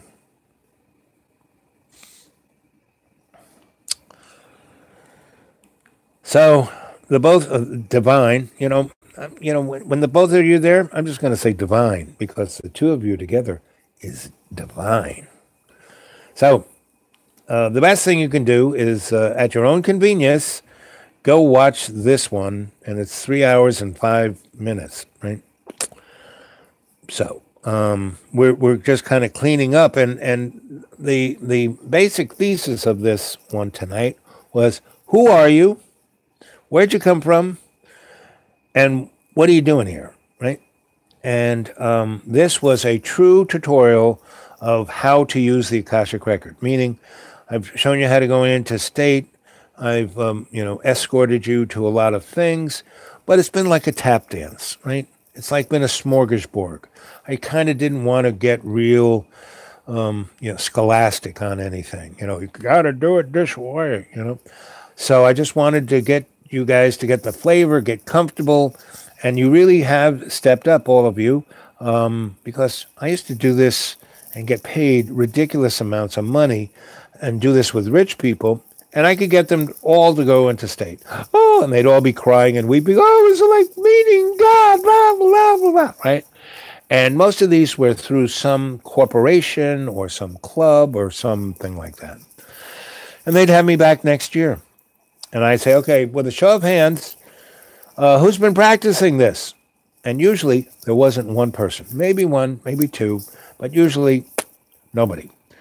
And the richer they were, the more they didn't practice it, because all they wanted was a guided tour, They didn't want to look at the art book. They just wanted a guided tour. So, okay, you pay me like ridiculous amounts of money? Sure, no problem. But see, that was one of the things that got me. I was not supposed to, go into, because I would say, just give me a gratuity. Oh, no, we have to have a contract, we have to bill this out. And so, okay. So anyway, that's what we did. We did a more thorough guided tour of going into state and going into your Akashic Record and how it's used, how to evacuate all of your anger, fear, hatred, self-loathing, all of that negative energy. And see, again, we have to start to redefine some of this stuff. We have to, because we have to create an alternative aesthetic. The only way we can bring all our relations in this time frame, not the past or the future, but this present opportunity, is that we have to bring new words, And I like the word clan because, the Klan had to call themselves the Ku Klux Klan because the word Klan was too energetic for them just to appropriate. Whereas the concept of liberal and conservative and progressive and all those things were, subject to begin with. So they were easy to appropriate. But clans was tough because clan means not the tribe, the small group that you're really tight with, right? And it means about purity and the survivalness of love's co-creation. Well, I just explained the Ku Klux Klan up to that point. As soon as I said the purity of love's co-creation, they kind of hit a brick wall. So they had to call it the Ku Klux Klan. So that's why we have to really focus. And that's why Tucker, Inc., both you guys are really sticklers on describing words, which is great. And the rest of Jane, Fish, you all, even Buddy, you all have your own way with words, which is just as important, And when Buddy showed up as the cheeky monkey, and it kind of, what is, is this guy a troll? And I said, no, he's our brother. He belongs here. He has a perspective. And what has Buddy turned into but one of the best breaking of the ice, true blue, always, has his heart open. He really does. You all do. But Buddy really led by example. You all had it, but you're all kind of shy. Had to check us out, had to, is this too good to be true? But Buddy just went in there like, a Volkswagen full of clowns or, bulls in a china shop. But his heart was way open. And even though he might have said things that put somebody's nose out of a joint, I said, no, this guy, he belongs with us. He is us, right? And he is. And everyone who showed up over the time, because you didn't all show up at the same time, you have kind of trickled in to the classroom. And this is not so much the classroom. This is more like the meadow, I'm Socrates, or his cousin Bob. I'm Socrates' cousin Bob, his younger brother Bob, And I wear a toga too, but mine's a little messed up. I always get ketchup on it. I can't keep it as wide as those guys. I don't know how they do it. But so that's what we were talking about.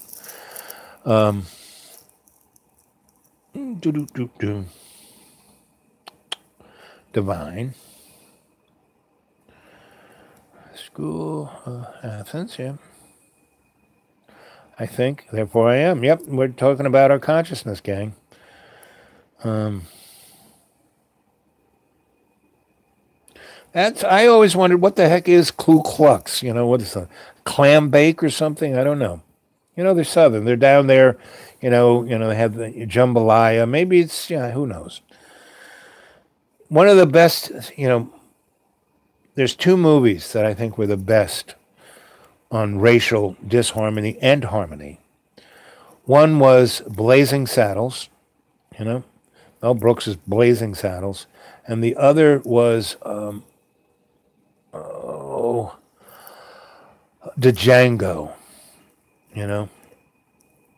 by what's his name? Starts with a T. Those are the two best. And Django, I think, was the best visualization of what Southern slavery really was. It was a illness and sickness, and it was what happened there happened in the North. The North had their own slaves called Irish immigrants, and they were treated worse. They were treated like cogs in a machine because they were the industrial giant. Where the South was this traditional thing, and all the black folk, they owned them. So you don't drive your tractor into a brick wall where they surely, put Irish people into a cannon and exploded them into a brick wall.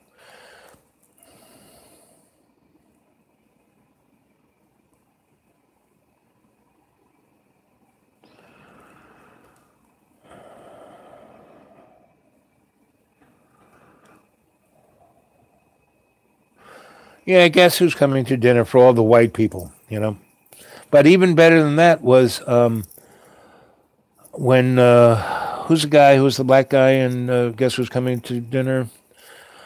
He was in this other movie, which was much better, where he was this handyman guy driving his truck across New Mexico. It breaks down. He ends up in a nunnery of German Nazi nuns in the middle of New Mexico. And he's a black guy, and he can't go nowhere. He's got to fix his truck. And so he needs a place to stay. They put him out in the barn, and they give him a nice meal, and he starts fixing things around the place. So, the light didn't work, the door didn't work. He's fixing everything. And then the head nun gets, we need a chapel, And that, more than Guess Who's Coming to Dinner, because Guess Who's Coming to Dinner was so bourgeois that it was like, oy. Well, the other one was transform. Any movie, what I love about movies is when they're transformative. Boop, boop, boop. Yep. Tarantino, I love that guy. He went from working in a video shop to being that kind. He watched every movie.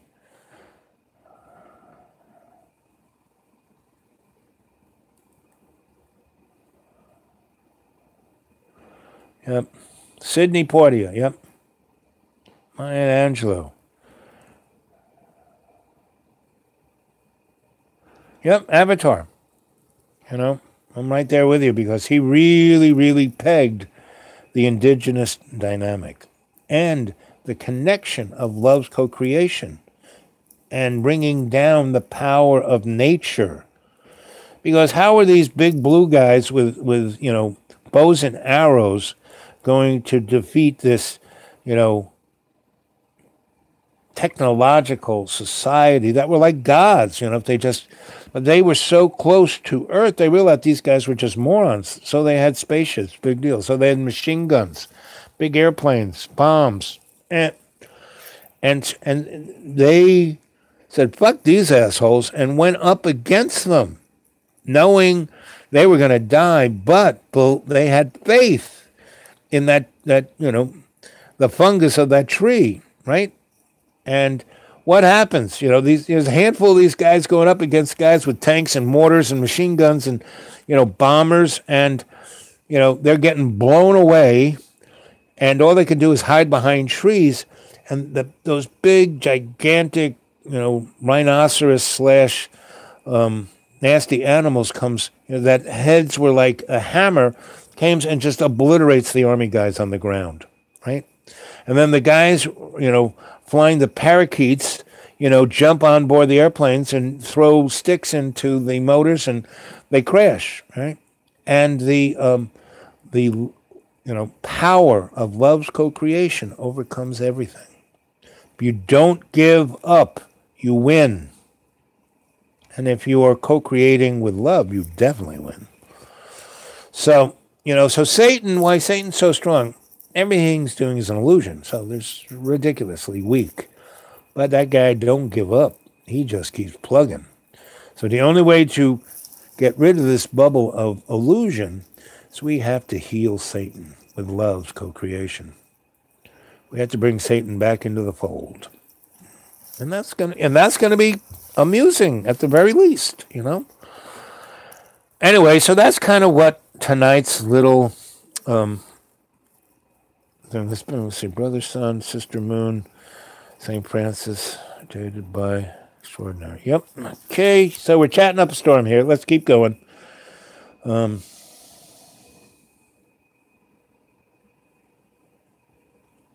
Yeah, The Last Airbender, I like that too.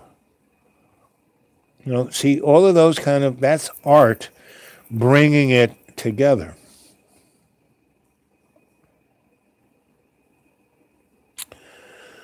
I don't get about life that is the duality energy coming with quantum. Well, Jane, you're trying to take this from a textbook.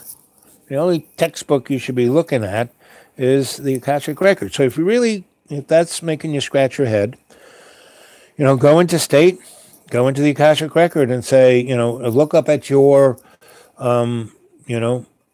librarian, and that's why you got your librarian, say, I don't get about life that is the duality of energy commingling with the quantum.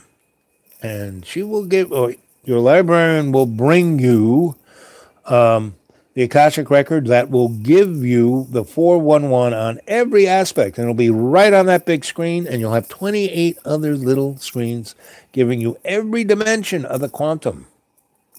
Now, you can't, I could give you, your little, my Sensei Al Bob thing. But, yeah, forget about it. It's just going to be my opinion at this point, right? Thing is, and that's great, guys. Bring up questions like that and take it to the Akashic Record, which will give you practice.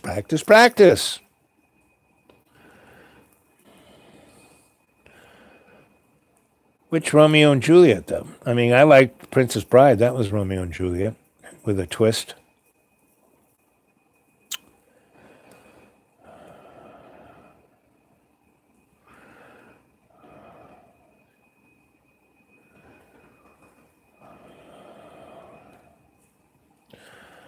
Shucks. I try not to show that too often, that that ancient wise guy thing, can get me into trouble sometimes. Yep. The other thing I like is, in that same vein, is Full Metal Alchemist. And, the bro who's in the metal suit, what is his name? Al. I talked, when I'm wearing my metal suit, I sound just like that kid, So I like that. And his impetuous brother, I've had many a friend of that nature, and I've worn the metal suit a number of times. All in harmony. Energy is balanced on all levels. It has to be that way. Yep. 369. Zeffirelli. I like that guy too. Yes. Jim Jermersher has something too. What movies did Jim do? Well, series have their quintessential point. And it's pretty tough to keep going. Like, I really watched every show of Stargate. You want to know, when I kind of keep going in the Sumerian, Dr. Jackson, he spits out those, 2-minute little things about all the gods and how they, he really is right on about all that. And then when Samantha, who's, I've had a few Samantha girlfriends, she is totally right on with her physics, meaning you can see in her eyes that she don't know what the fuck she's talking about, but the guy who wrote it sure does, and she does her best to carry it off, right? And so that movie, but that as they would go through different directors and different writers and different, the same two executive producers were always there. So, but they had a real up and down kind of thing about it, right? And they had a low points, kind of like Saturday Night Live. There were points where, man, this thing's going off the air. But just by the, and that's why the guy who owns it, Mr. M, he's, there because he always pulls that show out of the doldrums. He finds the right people and brings it together. He's like Oppenheimer. He's like me. That's one of my best traits, is finding a cadre, bringing it together, focusing it, putting it on the path, pointing out the point, keeping the eye on the ball, and never giving up till we come to completion and in success. So what are we shooting for? To break the bubble of Satan's illusion, bring Satan back into the fold of love's co-creation, bring everything into balance. Well, we're not asking too much, are we here? But we're going to have a great time, and as long as we don't give up, we are actually going to do this. And that is why we're here, right? We have just come totally around the bend from who are you guys? Where did you come from? And what are you doing here? We've just answered all three. That's pretty good, don't you think? And we did it in 3 hours, 23 minutes, and 48 seconds. I think we should get a medal for this, or at least a hot toddy, I'll have to go to the tea house and have the tea house make up a big pot number 3. So, and if you've noticed or not, in my long bend story of the old crone, I've only gotten to day number 3. We haven't even gotten to the point where I had tea with the animals, So look forward to that. You always got to keep a cliffhanger there, right? And, it's going to take a while to get to that because, old crone that I did on John's channel, which he won't relinquish, Well, it's got 90,000 hits. I'm taking a long way around, giving you the total story of the old crone and taking you there, giving you the Cadillac version here, throwing you in the limousine and driving you there. And it's going to take a time because, we won't finish up with the old crone story until about 90,000 people are listening on the chat, right? And that's about what it's going to take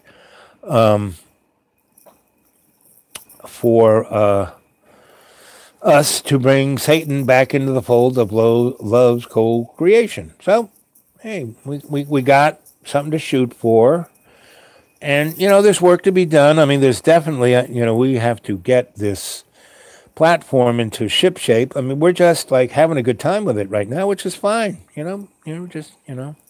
October, November, December, January. This has only been going on 4 months. We're pushing on 30,000 views.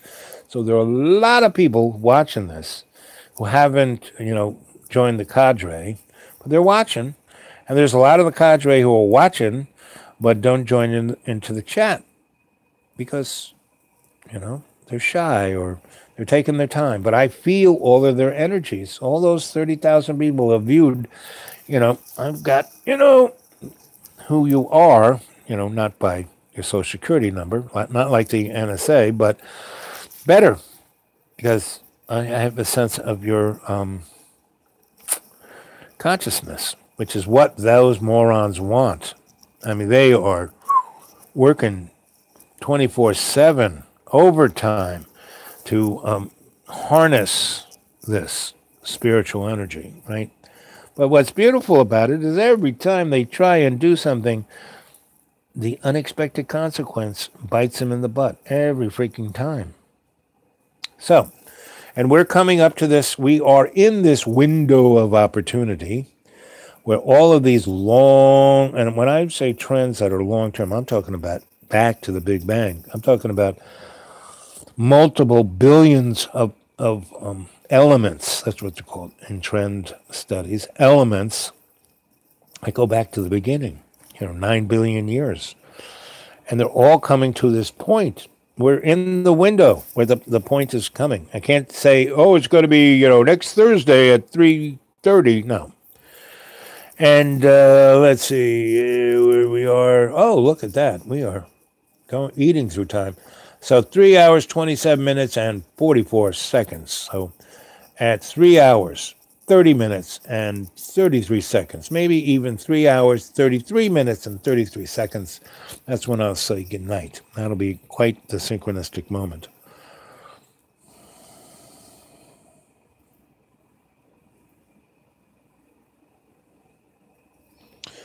So, we're singing that good night, sweet, sweet dreams to you, sweet, sweet dreams to you. I'll see you all in dream time. I love you guys. So, we've, practice. You know who you are. You know where you came from, and you know what you're doing here, right? We're all on the same page with this. And now, we are not just the clan, not just the cadre, but we are not just family. We understand and trust the triad. Okay? And tomorrow morning, we'll talk on what the triad is. But you know what it is, and go dream about it, right? 3 hours, 29 minutes, and 17 seconds, right? So, any other kind of insights? Yep.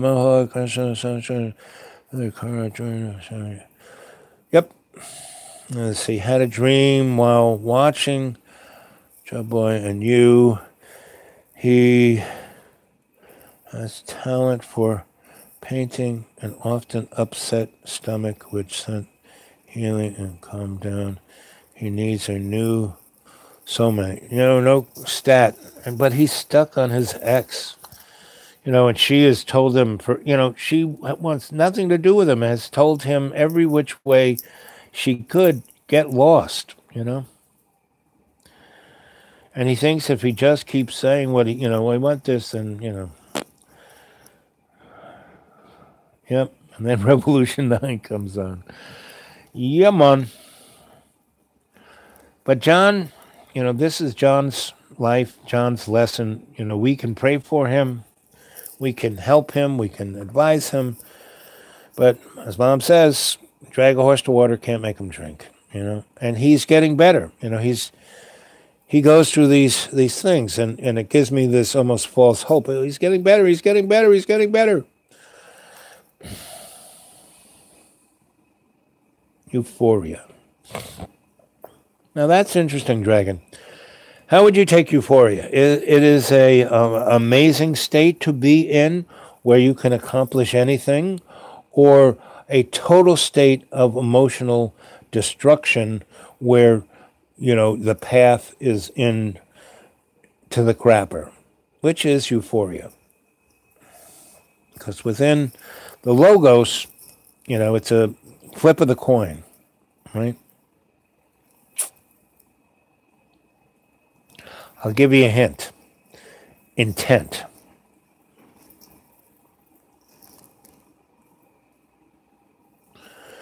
Dreams, sweet dreams, sweet dreams.